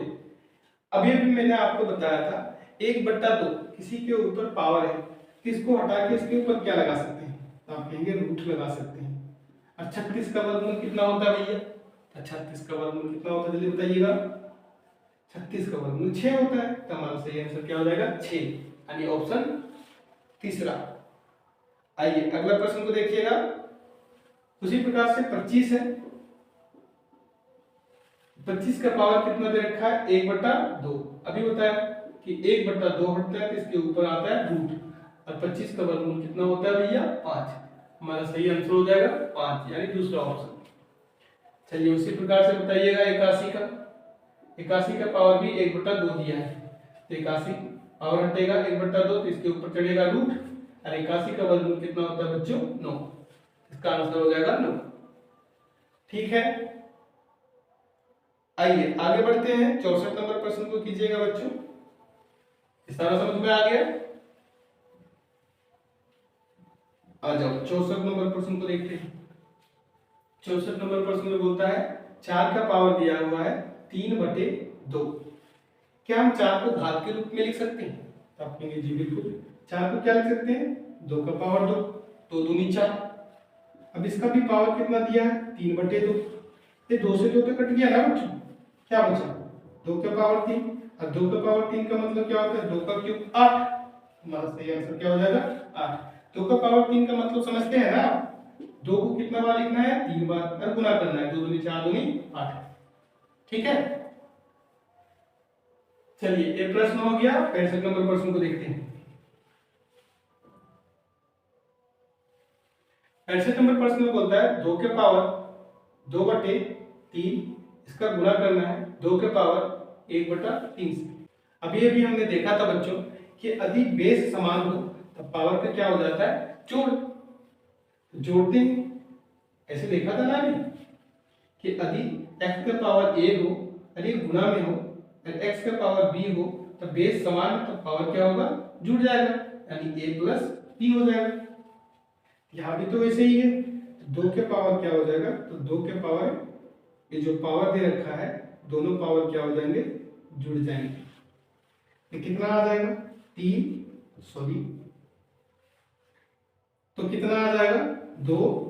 अब इसके पावर जुड़ेंगे तो कितना आ जाएंगे 2 और 1 3/3। 3 से 3 कटा, कितना बार में एक बार में, यानी 2 का पावर 1, और 2 का पावर 1 का मान कितना होता है बच्चों 2 ही होता है। तो हमारा सही आंसर क्या हो जाएगा 2। कौन सा आंसर हो जाएगा तीसरा। आइए अगला प्रश्न को देखते हैं।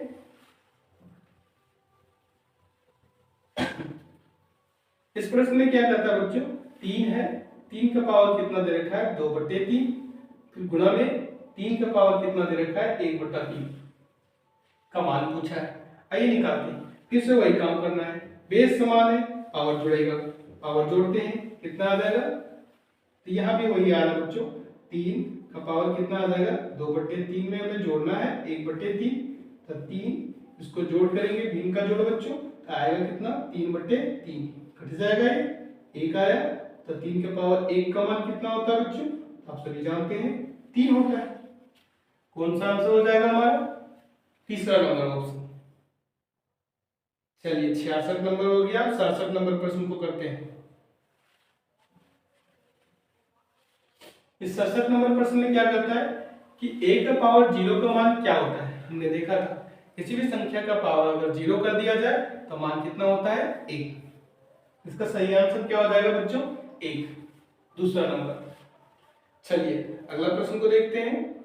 68 नंबर प्रश्न यहां बोल रहा है 64 है, इसका पावर दिया बच्चों x बराबर बोलता है यहाँ 8, तो बोलता है x का मान बताइए। चलिए बता सकते हैं आप इसका आंसर बच्चों, कैसे बनाएंगे इसे। ऐसा करते हैं, इसको हम 8 के स्क्वायर के रूप में लिख सकते हैं। 64 को लिख सकते हैं इतनी, और इसका भी पावर कितना है x, यहाँ बराबर में कितना दे रखा 8। हम 64 को क्या लिख दिए 8 का स्क्वायर, तो 8 का स्क्वायर 64 होता है ना बच्चों। अब इस 2 का गुना x के साथ कर रहे हैं तो कितना आ जाएगा 8 का पावर 2x, और यहाँ बराबर है 8। इसका पावर कुछ नहीं थी, क्या है बच्चों 1। आप सभी जानते हैं बच्चों कि यदि बेस समान है तब पावर भी क्या होना चाहिए, दोनों का समान होना चाहिए, तभी तो ये दोनों इक्वल होंगे। अगर कह रहा है ये दोनों इक्वल है और बेस समान है तो पावर भी इक्वल होगा, तभी तो इक्वल होगा। इक्वल मतलब बराबर, बराबर होगा। किसका मतलब है इसके बेस समान है तो हम पावर भी बराबर कर देते हैं। तो पावर कितना है इसका 2x, इधर कितना बराबर है यहाँ इसका पावर कितना है 1, यानी 2x बराबर होगा 1 के। हम x का मान निकाल लेते हैं। हमसे यही पूछ रहा है ना। अब x का मान बताइए, x का मान निकालने के लिए ये तो गुना में है, x के साथ 2 उधर जाएगा तो भागा में, प्रश्नांतर करेंगे ना बच्चों। कितना गुना में रहेगा तो भागा में, जोड़ में रहता है तो घटा में, घटा में रहता है तो जोड़ में, भागे में रहता है तो गुना में, पता है ना। ये 2 गुना में है, उधर जाएगा तो भागा में। x का मान कितना आ गया बच्चों, 1/2। कौन सा सही आंसर हो जाएगा, पहला। बताइए समझ में आया। चलिए अगला प्रश्न को करते हैं। अगला प्रश्न बच्चा 69 नंबर प्रश्न को देखते हैं। इस प्रश्न में क्या कहता है कि 25 दे दिया हुआ है, अब 25 का पावर बोलता है x है, और यहाँ बोलता है 5। बताओ x का मान क्या है। बताओ कि 25 को हम क्या लिख सकते हैं। तो आप कहेंगे 25 को हम लिख सकते हैं 5 का स्क्वायर। 5 का स्क्वायर 25 होता है ना बच्चों। तो 5 का स्क्वायर हमने 25 को लिख दिया, इसके भी पावर चढ़ा रखा है x, बराबर में कितना है 5। अभी भी मैंने बताया था अगर इस प्रकार से हो तो पावर का क्या हो जाता है, गुना।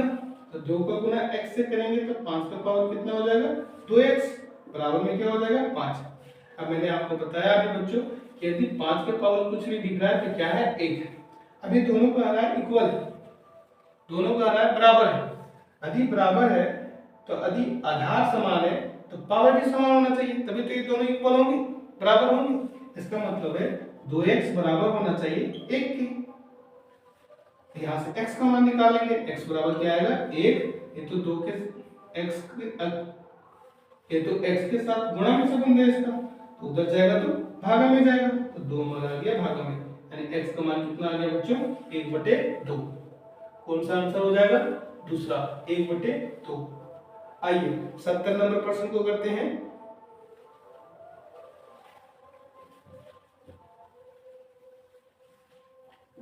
सत्तर नंबर प्रश्न में क्या कहता है बच्चों कि 32 है, 32 का पावर कितना दे रखा है, तो 32 का पावर 5 दिया है, बराबर में क्या बोलता है x है, x का पावर कितना दिया है 5। तो बोलता है x का मान क्या होगा। अब क्या कह रहा है कि दोनों इक्वल है, दोनों बराबर है। इसका क्या मतलब हुआ कि अगर पावर सेम है तो इसका आधार भी सेम होना चाहिए, यानी x का मान कितना होना चाहिए बच्चों 32। तो 32 70 नंबर प्रश्न। तो बच्चों इसका आंसर गलत दे रखा है, तो इसका आंसर क्या हो जाएगा, इसमें ही सुधार कर देते हैं। चलिए इसका सारा ऑप्शन गलत है, इसका सही आंसर होगा 32। ठीक है बच्चों। आइए अगला प्रश्न को देखते हैं। ये 70 नंबर प्रश्न था। 71 को देखिएगा बच्चों। इसमें क्या कह रहा है, यदि 81 इसी प्रकार का प्रश्न, 81 का पावर कितना दिया है 4, ये बराबर है x का पावर 4 के। यदि पावर सेम है तो बेस भी समान होना चाहिए, यानी x का मान कितना होना चाहिए बच्चों 81। कितना दे रखा है, नहीं ये सारा आंसर गलत दे रखा है, इसका सही आंसर होगा बच्चों 81। ठीक है, तो ये दोनों प्रश्न बच्चों गलत दे रखा है।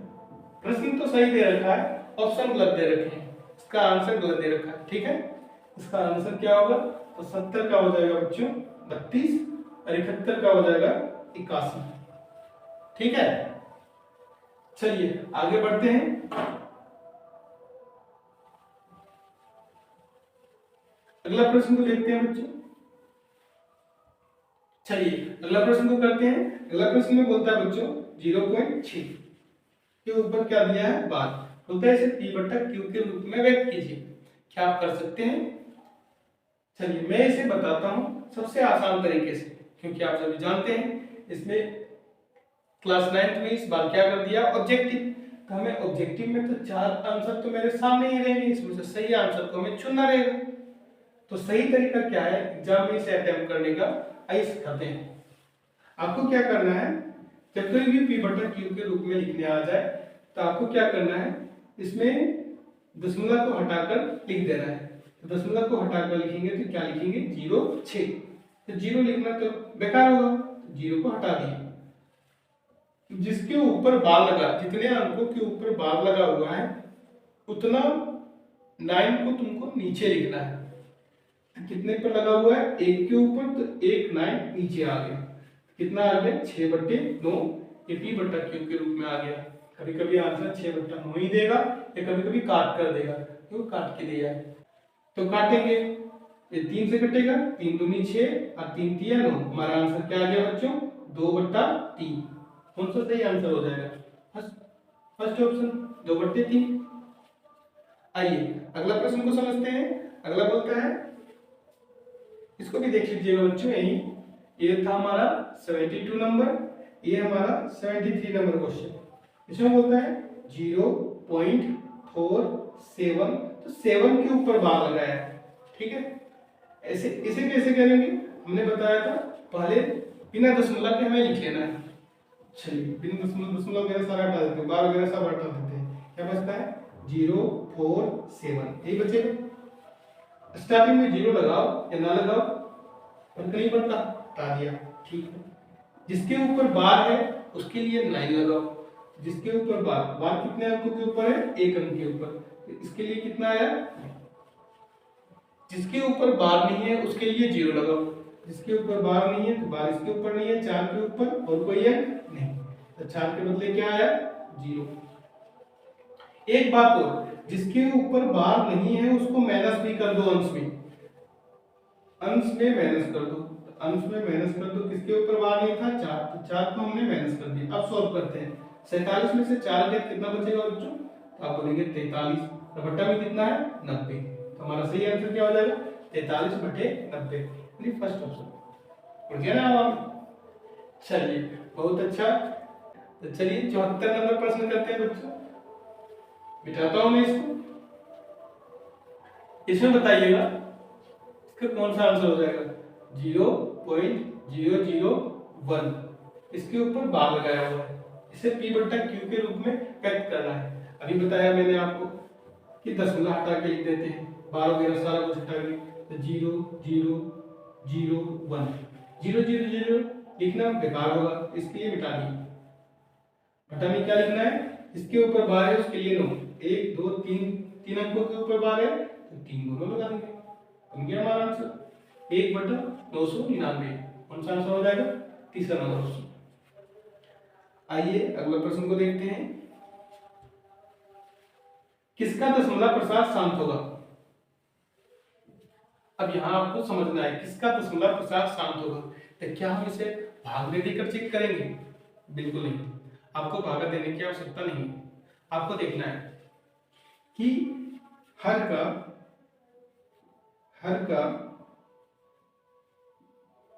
अभाज्य गुणनखंड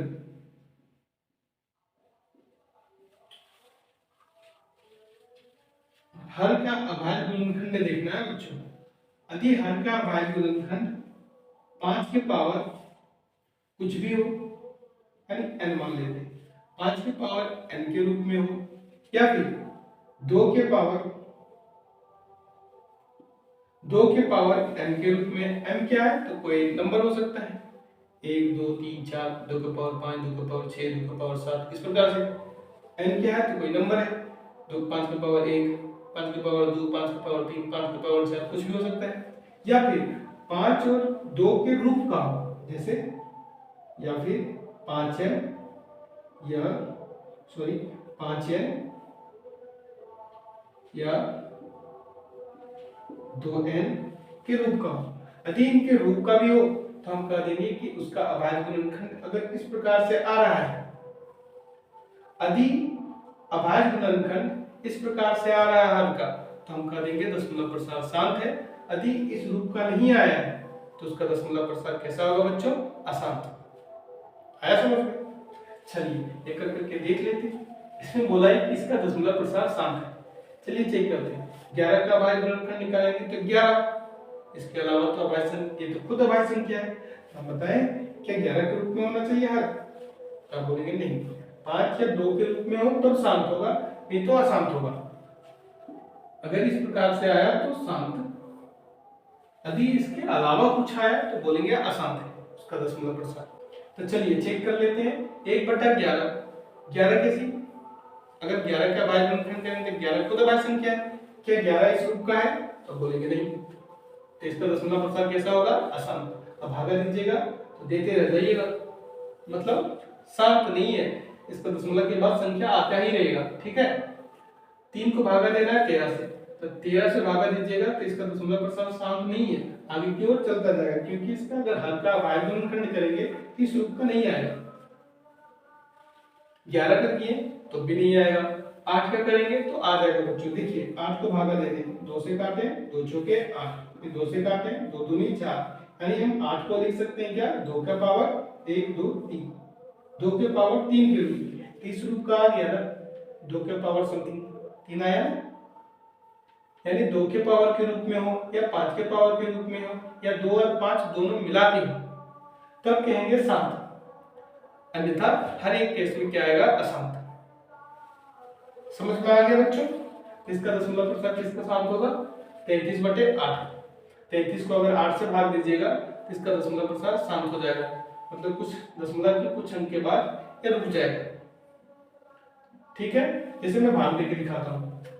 33 को हमने भाग दिया 8 से काटा, 8 चौको 32, बचा कितना 1, ठीक है, पॉइंट उतरा 0, 8 एकम 8, बचा कितना 2, पॉइंट है 0, 8 से काटा, 8 दूनी 16, बचा कितना 4, पॉइंट है 0, 8 से काटा, 8 बचे 40। देखिए कट गया ना पूरा।